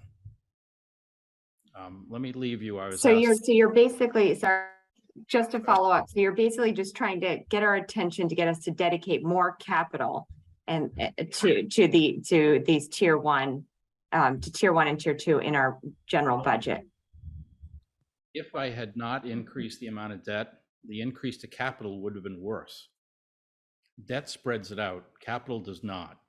So, I got your attention and that was intentional, but honestly, if we had sort of created a level debt line and just let capital flow where it may, those numbers would be up in 5 and 6 million a year from 2 million. So that's just not even reasonable. We can't afford that. Yeah, okay. I was asked by a couple different groups to leave you with some thoughts, so I'll do that. Again, you're kind of discussing this, so you know. Recent allocations we're dipping a little below 5%. I suggest that no matter what the financial crisis is pretty much in the future, that you need to put a circle around debt and capital and protect it from anything else that happens, because it's your infrastructure. For a year, you can pretty much do anything, but it's a bad habit to get into. And when I got to my prior job, they were doing $100,000 a year on facilities capital. It was awful. They were 7 or 8 years behind. Took a while. It takes a while to catch up when you do that. Again, I already said it, the use of debt should be minimized. Us really should be targeted for larger projects or larger, especially one-time things. You're all familiar with the debt exclusion kind of thinking, and you can apply that inside the levy. It's not quite the same because there's always more capital and there's always more debt that you can, use it to finance it. But it should be more of a conscious thought, not just, okay, let's just sweep all this into debt and see what we do. And for now, I don't see any way to do any kind of capital plan that you can not borrow every year. But a nice objective would be you shouldn't have to borrow every year. Just for perspective, we've been borrowing the 5% every year for Yeah. 20 or 30 years. Yeah. So it's been a policy. I know. Yeah. And it locks you in. It takes away your flexibility to do more capital by Sure. borrowing if there's a real need. Okay. Whose policy is it? Well, I've seen it written in different places. There's some that are the finance department from 10 'Cause I don't years think ago. it's There's ours. The finance committee has said they have a policy of Really? 7 to 8%. Yeah. Yeah, so I've seen 3 sets in different places. I don't know, Do you really want replace to them know? all and just create your own policy. Chris, do you That's want to easy. know the answer to that? Sure. Tony, Yeah. Tony Legalbo, That's definitely period, the end of story. Okay. And that was, Project for the spring. 30, 40 years, what? It sounds like a project for the spring to review all of these policies and Oh, It does, make them but consistent. it was, never heard anything different from Tony. yeah, well, Just to it can be changed, right? finish So- the last suggestion, and a couple people have asked me about this. I suggest you try to do tier 1 and tier 2 capital outside the guidelines. Right now, you have tier 1 inside the guidelines and tier 2 outside the guidelines. So a different town manager might act differently. That practice or that policy rewards a town manager for putting as few things as possible in tier 1 and borrowing as much as possible. So everything over 100,000 should be borrowed according to the formula you've given the town. And I suggest you don't encourage that behavior, that you try to go the other direction. And I'm not saying this can be implemented fast, because it has to be a conversation between the schools and the town as to what would this do. But it's just food for thought for the future, that, again, that would protect debt and capital from ups and downs in the operating budget. It's this percent, period. We just do it. And lastly, I've proposed to carry a new stormwater enterprise fund. There's a few towns now that have it. This is another vehicle to protect natural resource needs from the competition of funding from other sources like the general fund. This capital plan pulls over $1 million a year and a couple of years from now out. If you don't do a stormwater enterprise fund, $1.2 million in requests is going to fall back inside, the general fund. What is it? Yeah, can I ask a few questions on that? Yeah. A few questions. Can we, Don has been patiently Yeah, waiting. okay. Oh, who? So Don? Oh, thanks. Bob, I'm wondering if there's any best practices that you could share with us for guidance of. My worry about doing things within the budget is that we encourage Band-Aids rather than the life cycle cost optimization. So where a road maybe should be replaced, we instead put $50,000 in a tier 1 item to patch it. And then next year, another $50,000 to patch it. So I would love to be guided by life cycle costs analysis for municipal capital projects. If you look at the actual capital plan, I think it started on maybe page 52. There's different kinds of capital. One of them that's very common is vehicles. And the town each department has a vehicle replacement policy. I'm sure it's not uniform, but they have a good sense of how long this vehicle will last. For instance, a police car that's working 24 hours a day normally lasts 2 years. I don't remember the miles, but it's like 250,000 miles you put on it in 2 years. All the way down to some of the DPW equipment. Some of it's every 30 years, some of it's every 10 to 15 years. So it's all different. But there is an analysis behind it for that. Some of the projects, it's philosophical as to, for instance, for a new building, how long will the building last? Should we spread it over the life of the building or some approximation for all the future users? But it also has to do with what financial shape are we in and how fast can we repay it?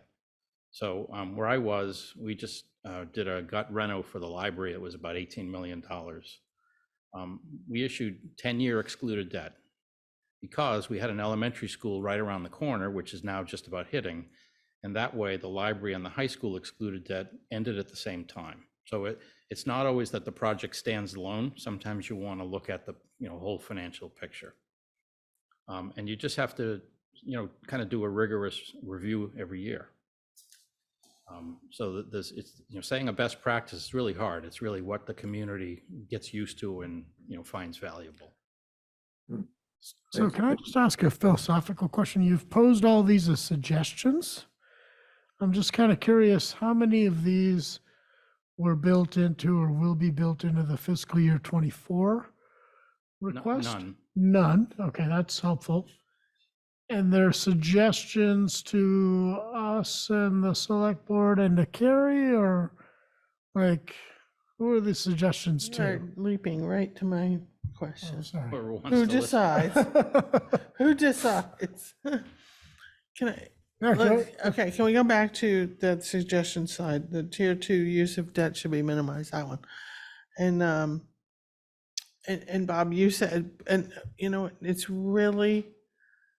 refreshing and helpful to have an outside CFO or co-CFO after many years, providing some suggestions. But what you basically said to us is that if we move use of debt from 200 to 500, that will leave more money in the town manager's operating budget, in a nutshell.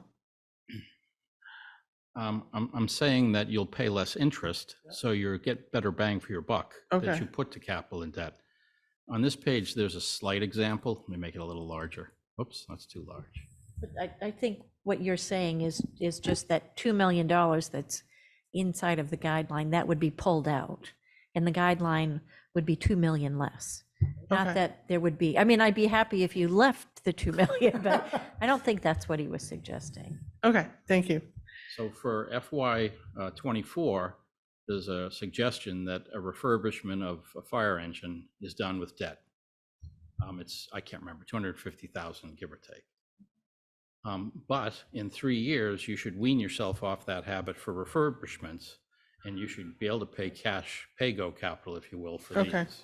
And there's other examples of that in the detailed plan. DPW dump trucks, I think it's the same story, that for 3 or 4 years, you pretty much have to borrow, but it'd be nice not to have to borrow.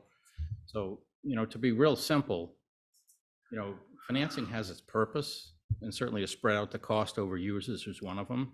But every dollar you pay on interest is not productive. Right. It's a sunk cost. Especially now. Yeah. Yeah. So that's all. Okay.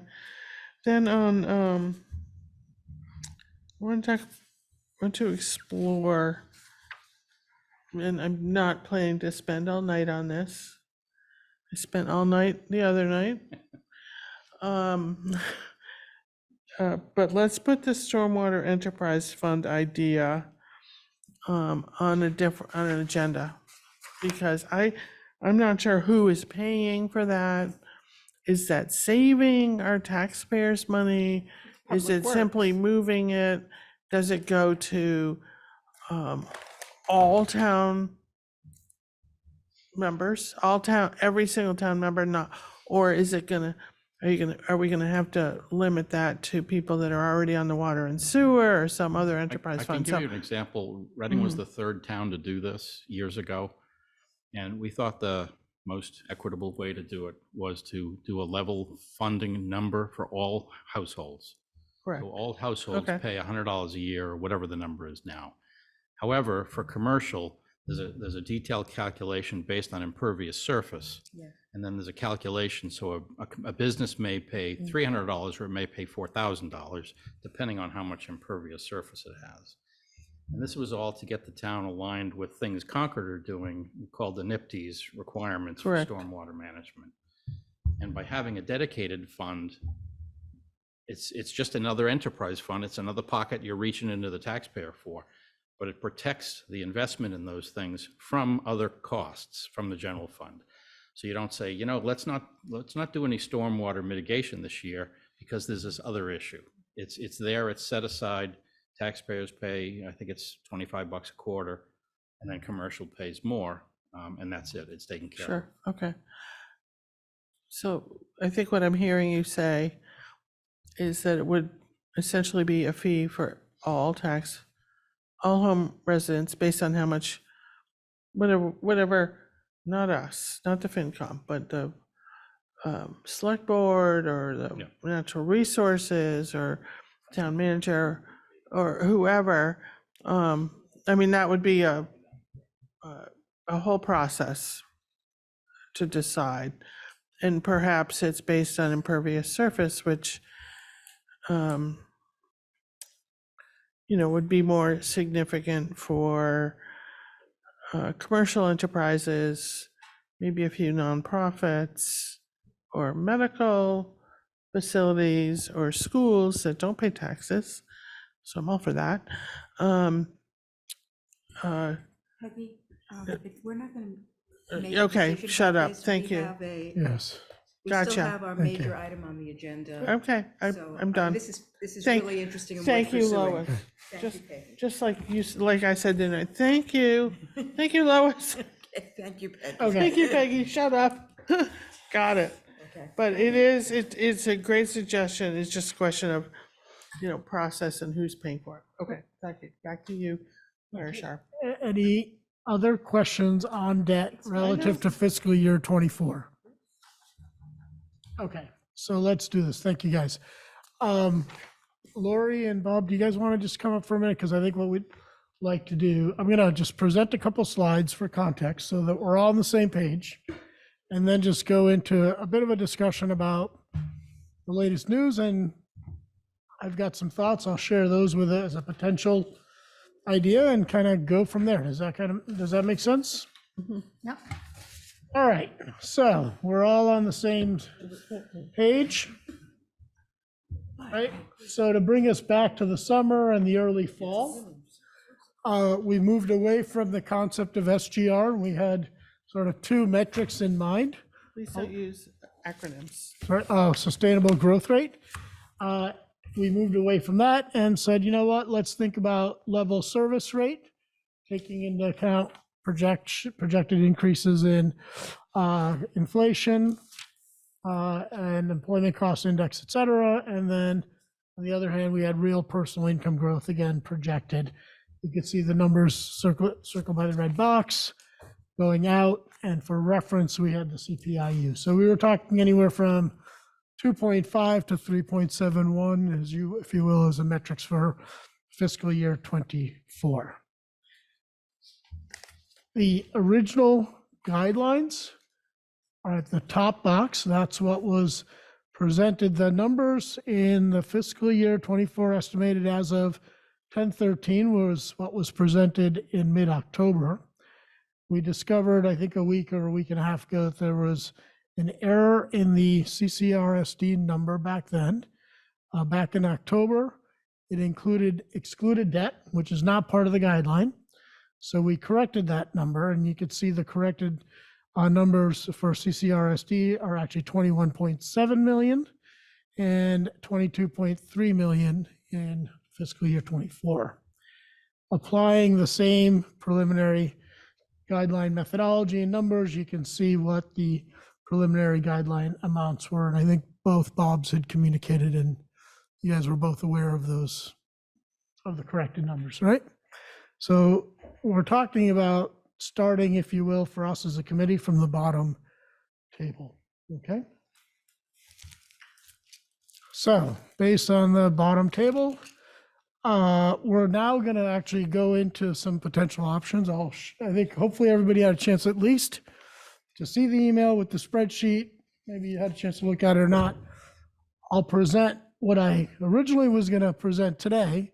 Then we'll talk a little bit about the update we heard from the town. I've sort of in my mind kind of said, okay, well, given what I just heard, what do I personally think about it? And then we can go from there, okay? And then lastly, I will come back to this, but I think Chris requested that we just sort of think a little bit about what we've done historically in terms of what the sustainable growth rate has been, what the metrics look like this year, and then, you know, what the actual final guidelines were and what the spending increase was, et cetera, again, to provide a little bit of context.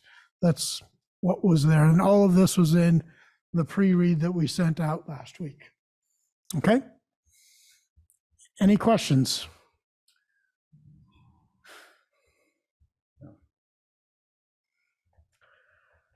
All right, we're gonna see if we can do this and not kill people's eyes. So I won't go over these numbers. These were the numbers that were originally presented. And I think this is where we were talking, Carrie, 1.657, and I think you've now said that this number is increased, right? By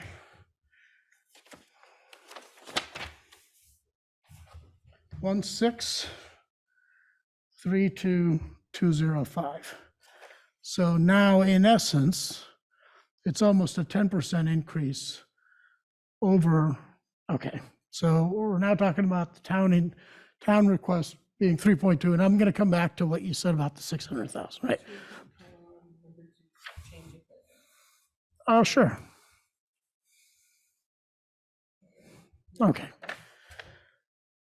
So if we stuck with the original guidelines that we had, in essence, let's see, we had originally proposed a 3% increase, a 4% for the town, and then in essence, giving the CPS and CCRCD a split between the 2.5. We'd actually still be short because of what we just talked about, basically. Now, I think what I was originally going to propose was, in essence, basically trying to stick with a 3.5% increase in the overall guideline, leaving the town at 4%, and then increasing the CPS number to 3.2%, and leaving the regional school district at 2.5, which would have meant, in essence, accounting for the $290,000 increase, Lori, you guys updated, sort of increasing your guideline amount by that amount. Okay, that's what I had proposed, because we heard that there are some increases beyond the school's control around the special ed. So I said, okay, we can increase that guideline by that amount, leave the town at 4%, and we'd have to increase the overall guideline to about 3.5%. That's what I was originally going to propose. I still believe, based on what we've heard today, that that does make sense. What I would also do, though, in light of the 600,000, is actually increase this. If you increase this to 6%, in essence, you'd have to increase the overall to 4%. It would get back, you know, going from 1.3 to 600, 1.9 in essence, gives the town the 600,000 extra that Carrie was requesting. It still allows the CPS, I mean, you're still gonna have to make up the shortfall from the 298, and it results in a 4% increase in the guidelines, which is roughly a 4% increase in the tax impact. That's my initial thinking. I will shut up. Let's see if anybody has questions. And if you have questions around the numbers, happy to do that, but then would also like to go around and just hear people's thoughts individually. So I can't see the screen, so those of you that are on Zoom, just raise your voices. And Gail's looking also. Gail, can you see? Nobody has their hands up yet. Well, so can I just quickly, why are we using the 1.6 million for the town rather than the 600,000? We are using the 600,000. So what I did was I increased the guideline amount, so they actually got 600,000. We added another 600,000 basically. Okay. Okay. So, right, they were originally, this was originally about 5%. We're giving them 6%. We're not giving them the full amount. They were going to be short on their guidelines, basically. Don has his hand up now. Okay, Don? Yeah, I wasn't clear, Parashar. I thought Carrie said that she was looking for 600,000 above the previous guideline amount, which would be a 1.6 increase, not a 1.9. Is Carrie still in the room? Yeah, Carrie? No, so the original guideline, I don't have that open, but it was 1.2 something. Yeah. Yeah. So this right here gives them the extra 600,000 Okay, basically. it does. Okay. It does, That- because, so here's what I did is just to confirm. The original amount was basically would have been about it would have been a little bit less than 1.3, but if I add in another 600,000, it gets them basically to 5.99% increase. I put in 6 here just for rounding. Sure. Okay, thanks. Other questions before we go into discussion, debate? What's the available marker on line 51 there? Oh, so the way some of the models work, if you set a cap here and then you provide specific numbers to the budget units, they don't necessarily distribute evenly. So this basically says, even though your cap is 4%, these growth rates still leave $36,000 on the table. Gotcha. Okay. My novice Excel skills. It's sort of a rounding error. Well, it's not quite rounding, but it's whatever left over. He disagrees. I thought it was a rounding. Okay, so let's do this. Let's go on Zoom, and I'm just going to call folks, and if you guys have anything now, that's great. If not, we'll go to the next person. We'll go in here. So Amrith, any thoughts you'd like to share? Nothing right now. I'm trying to play with the spreadsheet myself, so give me a couple of minutes. Okay, Don. Well, I guess I'm in my mind, I'm going to something I'm not supposed to, which is adding this 4% to the roughly 11% from the excluded debt for the middle school, and thinking that this is a 15% tax rate increase. Is that about correct? For the excluded debt, I'm looking at Gail and excluded debt for the middle school construction, plus when added to this, will get us about, I believe about 15. But I just wanted to see if I'm, Debt right away, which probably will not happen. But he's right, that would be one assumption to start with. At what point in time would the highest amount be, the highest percentage be? If you're using this, if we're doing 4% on this and then the debt is released over a period of time. Well, It depends how you release it, but generally the highest is going to be in the first year. Unless you do a quarter and then 75% in the second year. As long as you do something smooth, the biggest increase will be the first. In the first year. When were we going to start using the stabilization fund to? Right. Because Right, you have to take that into account as well, and that was, I don't know, 25 or 26 fiscal. 25, I Yeah. think. 25. So the table that we saw on Thursday, okay? You're looking on TV, but we would be using the stabilization fund 24, 25, and 26. The peak debt from the middle school would be 27. in 24, right away. But that sort of, I think, has a bit of an assumption that we'll borrow more upfront, and we may not. So that could also level it. I think there are some other pieces of the budget, like that we could use for stabilization, such as no request for affordable housing this year, which we have a letter from the Housing Authority, Housing CMAT, saying that they wouldn't be looking for free cash. So there are some other ways. It's not a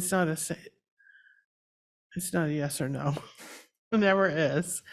But the peak will be in the beginning, the first 4 or 5 years, probably. Okay, let me go back if I can. Lindsay, thoughts? Just one question that just came to me.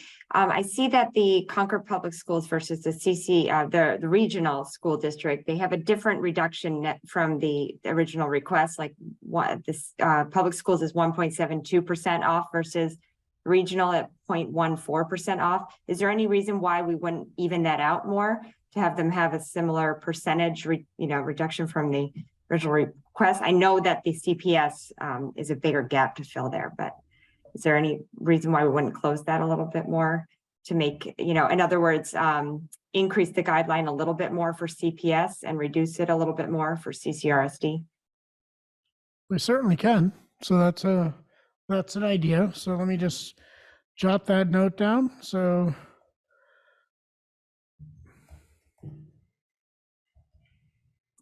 CCRSD here is almost fully funded. Yeah. okay. Let me just use this thing. D, you're next. Pass.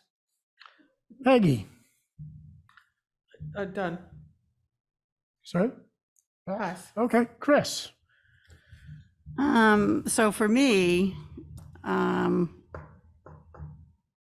bigger issue is the 4%, right? The pool that we end up with at 4% is higher than we've been by a lot.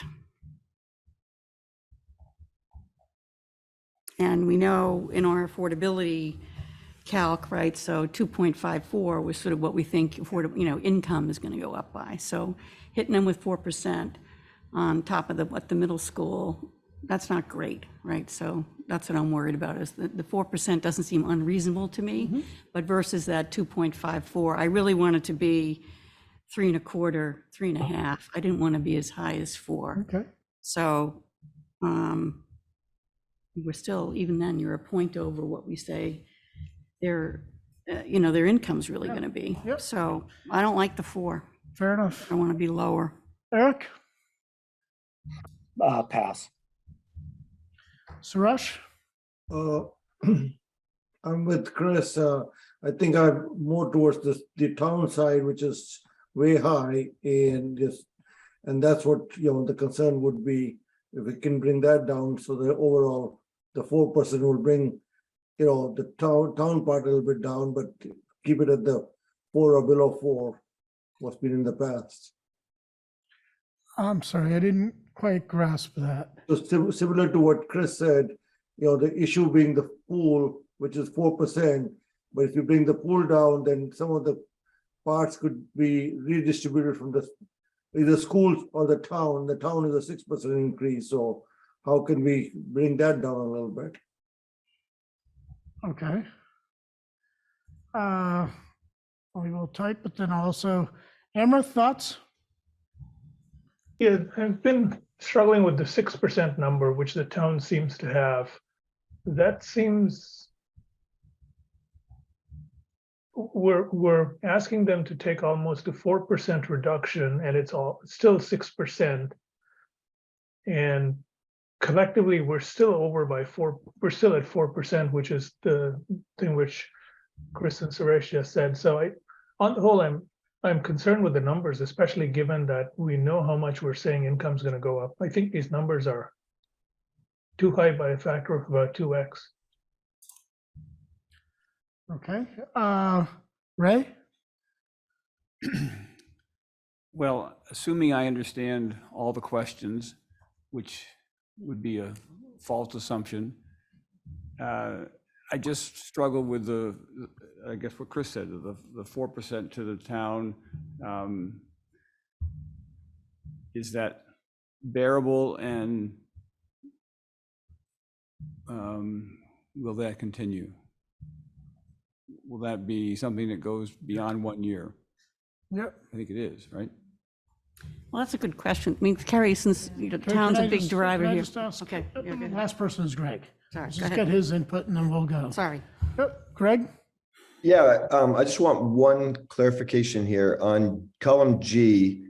That is the request that they would need to go down to meet our previous guidelines. So for G46, right, the regional school district would need to go down by 1.14% to meet our original guideline. Is that the way I'm reading that?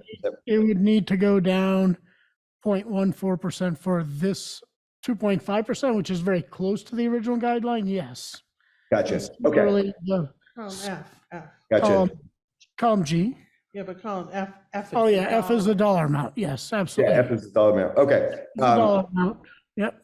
Yeah, I'm not going to restate the 4%. Everybody, I think's covered that one. What I would like to potentially do is have a conversation with the school of like, so since CCRSD is very close, I feel that they could probably meet that relatively easy. And if we put these numbers on them, they're sort of locked into the school. So can we have a conversation with them? Like, where is it easier to tweak if we wanted to get some numbers lower? What would be something that is achievable by them? Does that make sense? Absolutely. Okay. Thank you. Okay. So let's hold that thought. Chris, you had a question? Yeah, I Then we'll go to- I wanted to ask Carrie, so this is a big bump, right? So we haven't seen that in a while. What do you think's coming in, Yes, you did. I'm sorry. I'm sorry, Lois. I don't Sorry. even have you.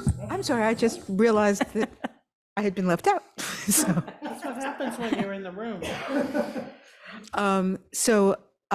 I share some of the concerns about the 4%, but I like the allocation continuing to overweight the town, which I think has been taking a hit for years. Yep.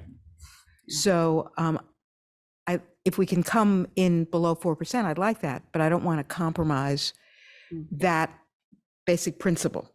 I think there's built up need and we have to start addressing it, or we're going to start to see some serious diminution in the services and the level of service that Concord provides. And the quality of life in this town is a function of having an excellent school system. And thanks to Lori and her staff and the efforts of people here, we do, and we will. But the quality of life in this town is dependent on all the things that the town does. And many of which Carrie listed now, and we've got to keep supporting that or we're not doing our job. So whatever we decide, I want to hold on to that. And then with respect to the comment that people were making about the allocation within the school system between CCRSD and CPS, my recollection, and somebody correct me if I'm wrong, was that that's how we resolved the issues last year with the budget, was that basically the schools, the two school units worked together and figured out a way to balance it.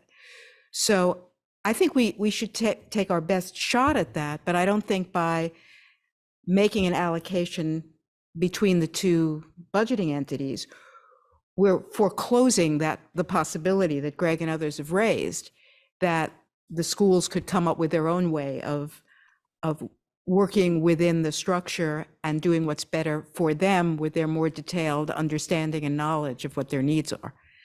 So those were my comments, and thank you for asking, Parashar. Sorry for not, yep. Peggy? Yeah, there's one metric that I would really love to have, and that's on the town side, is the full-time equivalent overtime versus the budget overtime. Because I do feel we're adding staff without adding population. The school side, there's enrollment, and I think that's pretty well defined, but I would like to know that. Thank you. Chris? Yeah, so my question was really about what do you think is going to happen the year after this? So maybe I can weave in an answer to Peggy's question too. So the budget instructions that I gave to the departments was for them to return a budget that provides level service. And we had some discussion about this the last time. And the same level of service. So if the wait time in the queue is 5 minutes, what does it take to provide that? Is it more people, less people? And so while I was surprised at what was returned, and I did make the note of the police department, so I that's 500,000 or so, maybe that's a little overstated, that I'm not sure even if we had the money that we'd be going in that direction right now. But I viewed what was returned to me as a plan that's probably going to take a couple of years, 2 or 3 years to get there. But when we're there, we've arrived. Like, we're not looking to grow. We're not looking to just provide an endless level of service. But this is what we need to comfortably provide the services. So I'm not expecting next year, unless there's some big initiative, for departments to return a 10% again. That this really is a multi-year plan that we hope to get to. What is interesting in Peggy's question, and I can't fully answer it, but we did some analysis in the fire department. So public safety, we tend to have the most overtime because we do have to replace people there most of the time.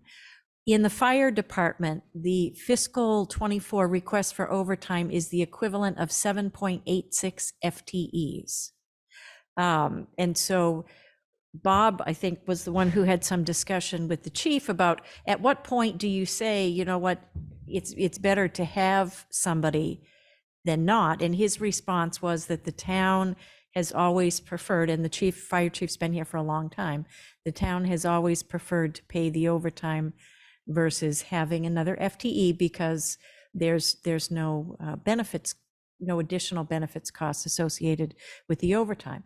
What we are seeing in public safety and really across the board is people don't want to work the overtime that they have traditionally wanted to work. So we have situations where people are ordered in, and that doesn't make for a happy employee. So I think going forward, we're going to have to take a hard look at that, and maybe we'll be in a position where we have to hire FTEs because people will not want to work the overtime. Yeah, I was thinking of everything except for public safety. The Well, and then planning, public works, And then the overtime, Public Works would be the next, and that overtime is mostly seasonal in the winter operations. And then once you get outside of there, there's almost no overtime. It's negligible. Yeah, it's professional. Right, I so was people thinking don't more get of the additional professional staff, Yeah. sustainability manager, transportation manager, blah, blah, blah, blah, blah. So anyway. There's one concern that I have about the way you're looking at this, and in 2 to 3 years, maybe everything will settle down and all. And I think we're in some sort of a do loop where citizens like services, citizens want services, and it just keeps rolling along. At what point do you say, well, that would be very nice if we could do that, but we can't do that? So I just don't see, I don't see where you think it might end in terms of how many people we're going to need. We'll have it all sorted out in 2 to 3 years. I don't see that as really being realistic. I think it will keep growing unless there is something, unless we just say, that's it, we can't do anymore. I don't know. I don't know how to reconcile that. Gail has her hand up.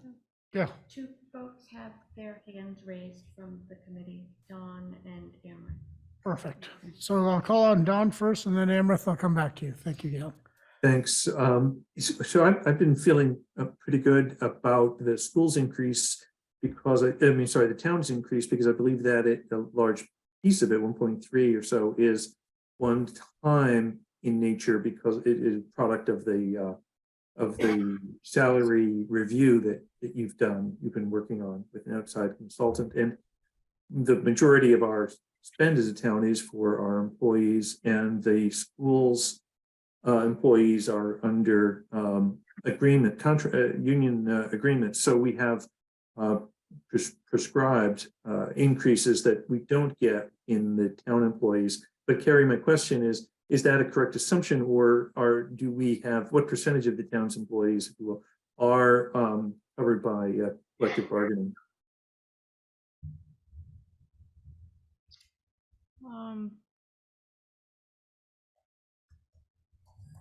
So I would say it's really about 50-50, union, non-union on the town side.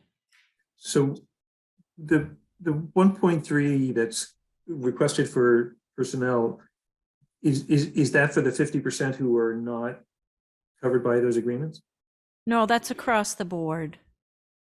Both union and non-union, both contracts that are already in existence, an estimate for a contract that has yet to be settled, or a non-union adjustment. And non-union adjustment. Thanks. Does that answer your question, Don? I think it does. I think what we're all wondering, Carrie, is that a one-time bump, or is that a recommendation for wage increases that reflect inflation, and that sort of thing, that we will be perhaps setting the stage for next year as well? So most of that is projected to be an increase to base salary. So it's not a one-time cost, but it is a higher percent than we have seen in past years to make up to market. So I just want to be clear, it's not a one time. There is recurring, because most of it is projected to base. Right, but it's raising the base to bring people to where market is within their job description, not a level to base for current year's inflation. Well, I would say it's both, because there is market adjustment and then cost of living adjustment, all projected in that number. And I think what Don's asking is, once you bring folks up in fiscal year 24 to the market, you're Then not we hope- expecting An- a similar increase next year. You're expecting a larger increase than you might have because the overall base has increased, but not to the Right. same level. Then we would be back to cost of living. Exactly. Yes. Okay. Amrith? Yeah, thanks, Parashar. I think similar to, I don't know who it was who said this, who was in the room. We went to the town and we went to the schools and we asked them for an estimate based on level of service. I think given where we're at and where the numbers are coming in, we probably should go back and ask for something with a certain amount of reduction in service. I don't know how you want to frame that. And specifically, I don't want this to come across as a reduction in increments or reduction in anything related to payroll for people who are here. But can we do away with the hiring of some number of people for a year? And I think that is a thing which we need to go to the town meeting with and say, we have normally not done this. We have normally asked for a level of funding, but given where we are in the economy, there's a need to do this. And therefore, what you see reflected in the plans from the departments is belt tightening, or however you want to characterize it. But I think we should probably come up with numbers for those 3 cells which you have listed in green. The one specifically I'm thinking about is K as in kilo 49, which currently reads, or D as in David 49, which reads 6%. I think we should lower that number to something which we think is a reasonable ask, and ask the town to come back with what will the town look like if we do that. Yeah, I appreciate that. Just one correction. We didn't ask the schools and the towns to come in at current services. I think our simple ask was, what's your estimate of fiscal year 24 needs as you guys see them, period? And that's what they came to us with in October, and that's what you're hearing now. So it was not to meet any of our expectations. I just want to be clear about that, Amrith. Okay? The 3.7 is just a guideline for us to think about. Yep, thank you. Sorry, I thought we had asked for level service, my mistake. Nope, we didn't ask for that at all. So, all right, I think everybody, has had a chance to speak. Members of the public? I'm sorry? Public? Yeah, no, we're gonna bring them in as well. I'm gonna stop the sharing here for a minute. If I can figure that out. There we go. My battery's running low, so that's just as well. Do we have members of the public that would like to share their thoughts before we put pen to numbers or pen to paper? That's good. I'm gonna hear. Or do you need a charger? Sir? We do not, do we? No additional? No, well, What? the only people in the room are members of other town committees. No Okay. general public. Committees and staff. Who were here on Thursday? Yeah, there you go. That's right. Oh, wow. Well, we'll see what happens. Otherwise, we might have to just Wing it? wing it. Yeah, I think we might have to wing it. That didn't work. I don't think so. Well, let's see. Okay. All right. Yes, no, it's not working, but that's okay. Okay. Let's just go ahead and share the screen. So what I've heard is 4% is a bit too high overall, 4% is a bit too high overall. I've heard the weight distribution a little bit more towards the town. And then I've also heard, I think Lindsay said it and a couple other folks, maybe leave it to the schools to try to work something out. I think one of the concerns I have with that approach is last time what ended up happening, and Lori and Bobby can correct me, last year it was more, we found other revenue and therefore we don't need as much money from general revenue. It wasn't really a cost reduction last year, if memory serves me at the end of that whole discussion. That's fairly accurate. Sorry? Yes, at the high school, we have to do both sides of that. Yeah, and that's kind of what happened there. So if we're comfortable with That again? I don't Oh. mind that so long as those extra revenues don't come from free cash or ARPA. Okay. I think we should get input from, I have a proposal, A. B, I think in terms of the split in the schools, I think we should get input from the superintendent on where you want it. You know, we can, you know, because I know you have less flexibility at CPS and perhaps some more at the high school, Well, so. not if you're calling up Carlisle and saying, send more money. Well, I'm just. Yeah, I appreciate that, Chris. I think the answer is we haven't finished our budgets yet. Okay. So we're not Yeah. really Okay. even quite sure where we are Okay. in both. We've, Carlisle always says, you know, a few more weeks. no. And then you say, I understand. but you have to, and they Oh, go, they have E&D, right? So- okay. Right, okay. So there's more flexibility there, whereas CPS does not have it, which is how we resolved it at the Yeah. end of last year. Okay, so my Okay. proposal, So. are you ready for yeah, that? Okay. I think I am. Go ahead. Okay, so my proposal would be overall pool of 3.5%, which I think is about, the way I would calculate it is I would add half of what the town asked, 300,000 to their guideline of 1,269,000, which, you know, which is the increment we gave them. So that number comes out to about 3.5% on the overall pool. On the school side, I would leave it flat on the 1,974,000. That's why I'm saying Sorry, my, hold on. So what would Sorry. you do with the town? I would add half of what they asked for, which is 300,000, not 600,000. So that would bring their additional guideline to 1,569,000. Okay. I would leave the schools where they are at 1,974,000, I think. Is that right where they are? Or did I pick up the wrong Well, number? here's the live numbers you can see. Can you see them on the screen? I put in roughly what you did, right? So basically, you would basically leave them.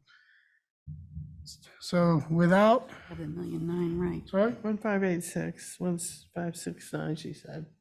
I actually did move the schools up a bit. I did. Oh, you did? How I much? did. So right now, the schools are 1.92 on the spreadsheet with these two numbers. Where do I see it? That's where you're short.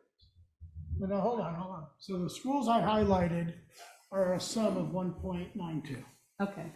That's the way it is today? That's, yes, I Okay, so okay. that's close to what you have, That, right? that is close to what I Okay, have. so that's Okay. 1.92. So I left that, I And left it, I made it 1,974. It was Yeah. a slightly, it was So, a small so, increase. so if you leave the town roughly at 5%, which brings them back, you're still short 129. So the 3.5 would have to go up a little bit, maybe to 3.51, maybe, Okay. we could see. I was trying to see, I was trying to get to Yeah, so close this- to it. And then we can talk about how we want to split it. between the 3.62 for Usher. Sorry? 362. 362 there, Okay. 362. Okay, 363, yeah. So that's what we would have to, so that's where you'd end up, okay. basically. So, okay, that's all right with me. Is that okay? That's So okay let's with me. just So throw and then that- the split between the schools, I would say, that would be, we'd get input from them, but if it was up to me, I wouldn't put anything in the high school and put it all in CPS because of the issues that they have with flexibility. That's what I would do. Or just change the weighting substantially. It seems. Yeah, you could futz around. I was trying to make it easy. Change the weighting between the two to give a lot more to CPS. Yeah. So maybe it becomes, you move a Well, percentage point up. Are we suggesting, though, that we leave that up to them, or do we have a preference? Well, I think we should make a Well, recommendation. I think in we our have to make a guidelines. recommendation. Obviously, we would want them to And, think you know, about it, they're- so. Okay, But, so, but from everything we've been told, it's responsible to make a recommendation that weights CPS much more heavily. To me, it is, because we can see that they don't have much flexibility there. Right. Yeah. There's that, and we also know from our experience in watching this that CCRSD, that the high school does have more flexibility. They do. So if there's got to be some tough choices made, there's a little more wiggle room in the Right. high school than. I mean, there that's, is in CPS. to go back to last year. So if we go back to last year, that is not what we did. We did it differently. We said, no, we're going to keep this proportional and so Right, forth. yeah. And they couldn't solve for it. So we can do the same thing and ask them to solve for it or not. So I that mean, I was, just prefer to ask them to solve for it, frankly, because if we're not, it's okay with me. sorry, That's okay with me. solve basically for 1.92. right? The sum of that. Yeah. That we could just say, hey, we think since the preliminary request for the regional school district is at a little bit more than 2.5, we think 2.5 is there's reasonable. You need to find 30,000. If you find any more, you can allocate it towards CPS, right? Aren't we sort of, yeah, that can work. Yeah. But since we know what the facts, we have some sense of the facts on the ground, why don't we give them a shot at being able to just comply with the guideline instead of having to come back to us? For the or school create a district? fuss at the. I agree. For the school district? Yeah. Right, I mean, I like the think idea. that's what he just said. Yeah. That they provide the 1.9. Oh, you mean 1.92 that we won't million. allocate? Yeah, between the exactly. two? Yeah, I mean. Can we do Between that? CPS I don't think so. I don't think we should, Parashar. I don't think we think can. They're separate budgeting No, units. so, what I'm saying is, look, last year we separated the two like this. Yeah, but we should. Right, and then to the extent they come back and say, hey, we can't quite, we'll exceed your guideline for school district, and we will then take that extra savings and give it to the CPS. But if we know that's likely to happen, why don't we I anticipate? don't know that it it's and- likely to happen. Well, I think we actually do, based on the kinda do. presentations that we've had and based on our past experience and Yep. based on our understanding of the, of how each of the different budgeting units works. And I think we have an obligation where if we're making decisions about allocations among the three budgeting units that we work with, we shouldn't just be lumping them together. We should start with some But specifics. this is what we're starting with, though, I thought. Right, but right? and I'm suggesting So that are you we suggesting we change it wait a little 2.5? more towards CPS. Ah, and a that's the little part I less didn't get. to Okay, got it. So how, okay, fair enough. So how much, Yeah, how do we, I'm How- trying how do trying to you- think what the basis is for that. Bar chart, just on the high school. Yep. The regional district. yep, Is that the total or is that the Concord? this is the Concord allocation. Okay, thank you. This is the Which is Concord the only thing allocation. we can work with.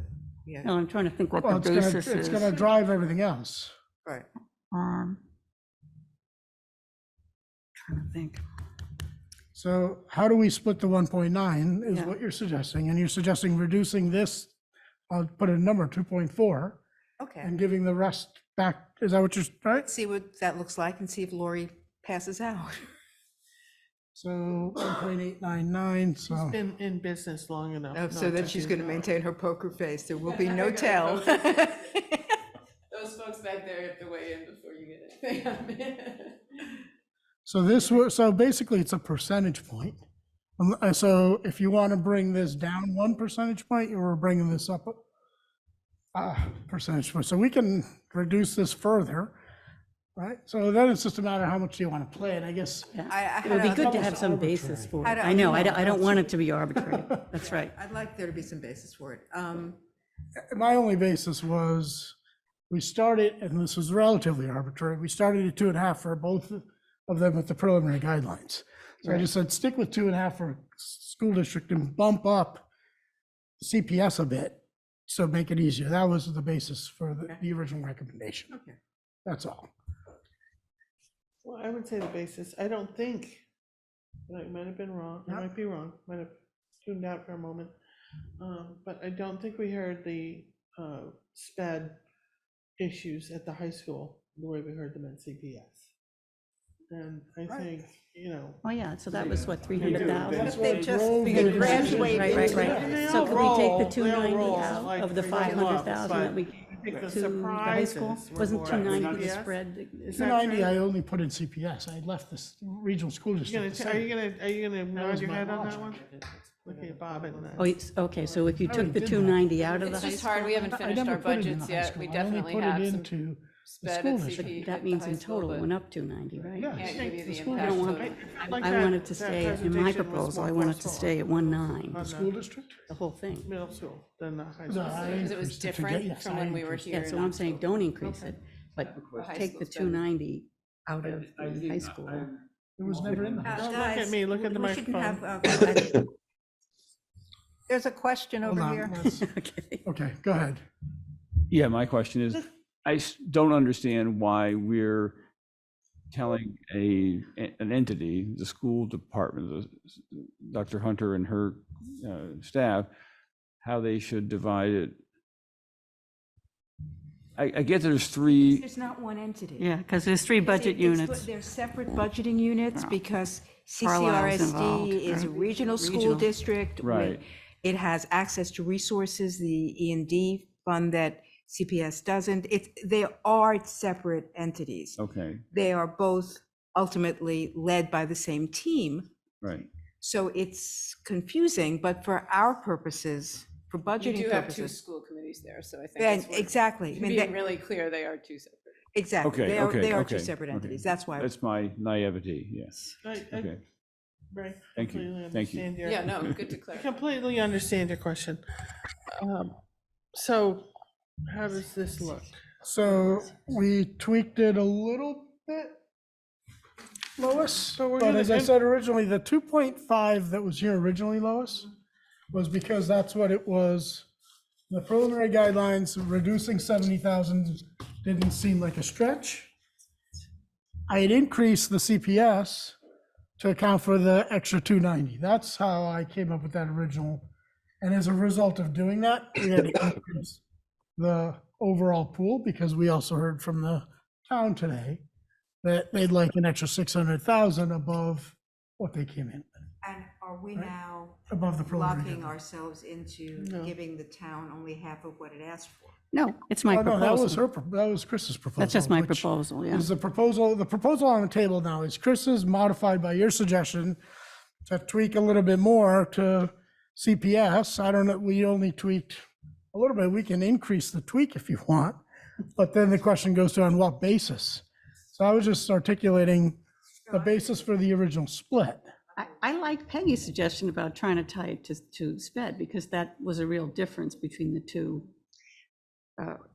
Well, so when you say tied to sped, Yeah, what do you mean by that? so when they came in today, they talked about how Yes. one of the increases between when we first saw them and now, even though they're not all the way done, was related to SPED, primarily at CPS, and that was like 290,000. All of something it like- was CPS. Okay, so Right. 290,000, Yes. right, was We did show you there. a significant sped discussion at the high school. We so had- we But just that aren't wasn't done, part of the so we can't 290 give you- Yeah, But that was not part of the 290. no, the 290 was a Exactly. CPS number, right? And Okay. when I had originally proposed the increase for the CPS was to make them whole for the 290. Right, which would have increased the total pool for the Yes, schools. I was proposing increasing the total pool period for everybody, yes. Right, I know, so I'm saying don't do that. Okay, The pool stays the same, but if you want an argument to Justify. justify more into okay, CPS, you Yep. would do that because of SPED. So Got if you it. want to make it okay. 180, I don't know what. So how yeah, much- so here, at the beginning, before, let me just finish one thought. Yeah, Before we heard about the 290, Yeah, the amount for the schools was 1.6 million. total. well, how come I have 1.9? That must be my own doing. I must The have. added- preliminary guideline amount was 1.619 Yeah, to the schools combined. okay. So what are you're suggesting, leave it at 1.6? No, the no, 192. I'm at 1974, Okay. so that's right. So, right, so that's adding the 290 Yep. roughly, Okay. but I had added it I must only to have the done schools. that. I don't remember doing that, but okay, I Right? must have So done it. that's what Yep. I did. Yep, But okay. I also increased the total overall Yeah. pool. If you don't want to increase. I'm the okay. total, then That's what that originally was. If your school number is around 2 million. That's what it is, 1.92, that's I'm what it okay with is that. right now. Plus $1.5 million at the town. Plus the 1.5 million at the town. Yep, Now, I'm we've okay with that. modified it a little bit because Peggy wanted to tweak it, but I can go back, so the entire tweak 290, it, not she Peggy, tweaked sorry. Lois wanted to tweak the distribution. I hadn't distributed the 1.9 million, but how are you, This how are you originally doing it hadn't been now? distributed. Okay. So while I appreciate Chris's work and her evaluation of a pool, I do think we should go back and look at the original amounts that were the original percentages of the pool, constituted the pool, because the affordability, or whatever the term is we decided to use for the townspeople, is 2.54%, Mhm. which is very different from what you're determining here as an appropriate pool of 3.6 whatever percent. It's All about a right. percentage higher, right? And I do think we need to go back and talk about that. I don't know how we reconcile the needs that the town have and the schools have been articulating their needs, and how we try to come up with what is an appropriate pool amount based on the statistical information that we have associated with the two numbers, the 2%. So right up there Pete, is what the do you wanna preliminary do? guidelines. I think the 3.64 is too high. What would you like? I wouldn't go above the 3. You'd keep it at 3. I'd keep it at the 3. Okay, the original, which is- Okay, well, when we originally talked about the guidelines, I think we voted almost 50-50 between 3% and 3.4. Yeah. So, you know, I can, You're going around I get it between what 3 did and Dee 3.4. vote last time? I'm just saying though that. Where's that sheet, Dee? I've got your previous So, but Dee, I vote think you have a somewhere. good point. So let's do this. Go ahead and finish your thought. No, and then we're gonna do this. I don't know how we reconcile this with the need. I mean, I don't think we can do this to the taxpayer at the same time. How do we help the town and the school in the issues that they have and the issues that they face? Okay, can I take a straw vote? And what I'm gonna ask is who's in favor of leaving it at 3%? And then who's in favor of a higher amount? Right now, the standing sort of proposal right now of a higher amount, Chris, is your number, which is 3.5. 3.5%, okay? So 3.63%, because we tweaked it a little bit too. Okay, 3.63%. I'll make you a better one. Less than 3.25 and greater than 3.25. Well, No, let's just go, All right, whatever. let's go with the 3.6. Everybody so those in favor, on the screen, put the pictures up. yeah, I'm gonna, hold on. Let's do the hand raise. Let me just stop here. I'd rather, what? Is Lindsay still here? No, it looks like Lindsay fell off. Okay, Okay. all right. Okay. Well, I So mean, let's just quickly, can somebody take a roll call? I'm I'll gonna do do it, the roll okay. call. Maybe just somebody go okay, ahead. Ray, Go this ahead. is 3 or 3.6? three, Which 3.6? 3.6. 3.6 is a yay. If a 3.6 is a yay, if you say nay, we'll assume you're okay with 3. Does that make sense? No, can I just? No, it doesn't make sense. Let's make it simple. All right, just raise your Who's hand. in favor of 3.6. 3.63% is Raise your hands. 3.63% though, okay? That's the actual number. I'd really like 3.5, but I okay. understand. I'm not happy with So 3.6. keep your hands up. Amrit, Wait, did wait, sorry, what, 3.6 and 3%, so I'm confused on what you're stating there. So the Okay, next here's vote what is I'm going to be for 3%. This is Oh, for hold 3. on, no. So let's, I'm the chair, I'm gonna put my foot down. I'm gonna. Do it. It's a good thing I just censored hammer. myself. I'm gonna take my shoe off like Khrushchev. So- Okay, Can we keep it simple? Just, why don't we just do a straw poll as to who is comfortable with 3.0. 3.63? and that's, I was answering And then Emmett's anyone question. who is not Yes. comfortable with it, you'll ask them what they would be comfortable with. If 3.63 doesn't work out, because then there's no point in asking. I defer. Okay. So Amrith, to answer your question, 3.63% is the proposal on the table, okay? Right there, do you see that? It was Greg's question, not mine, but go ahead. Sorry, Greg's question.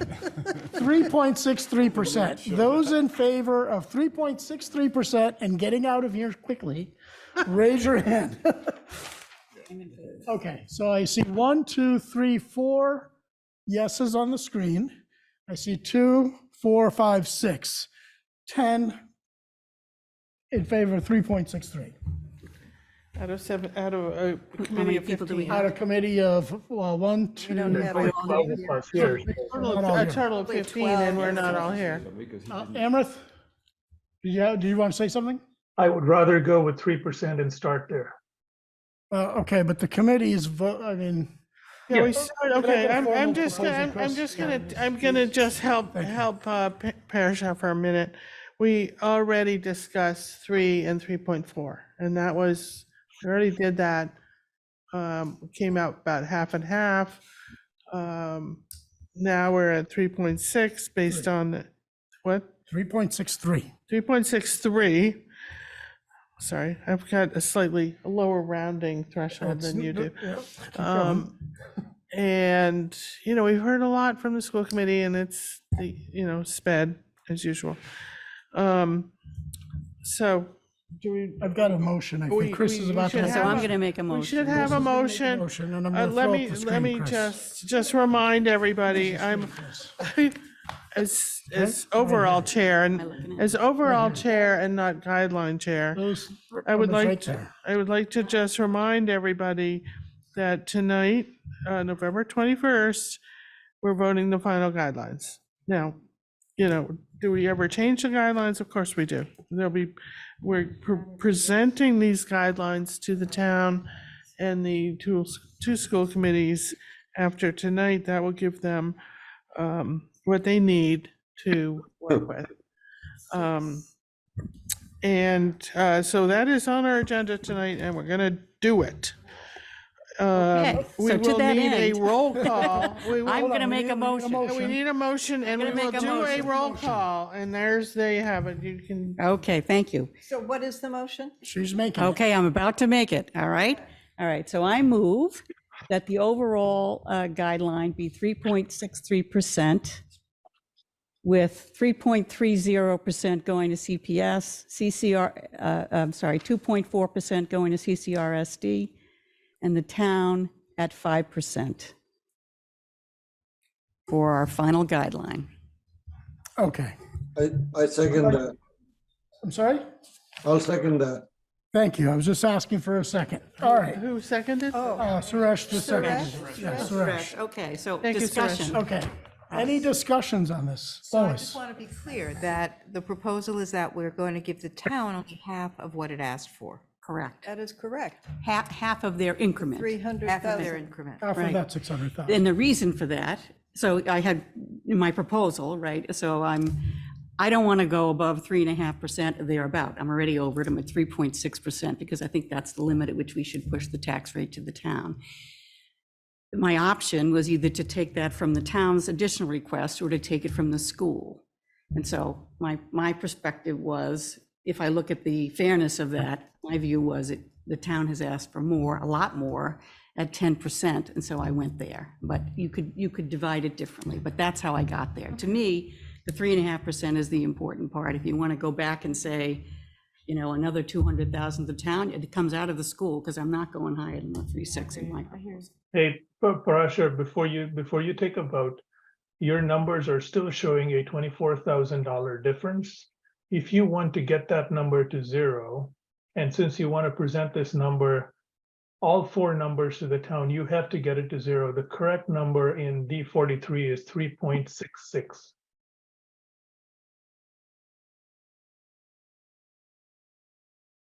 We could either do that, or frankly, we could just take a little bit out of somebody else's. I mean, fair Yeah. enough.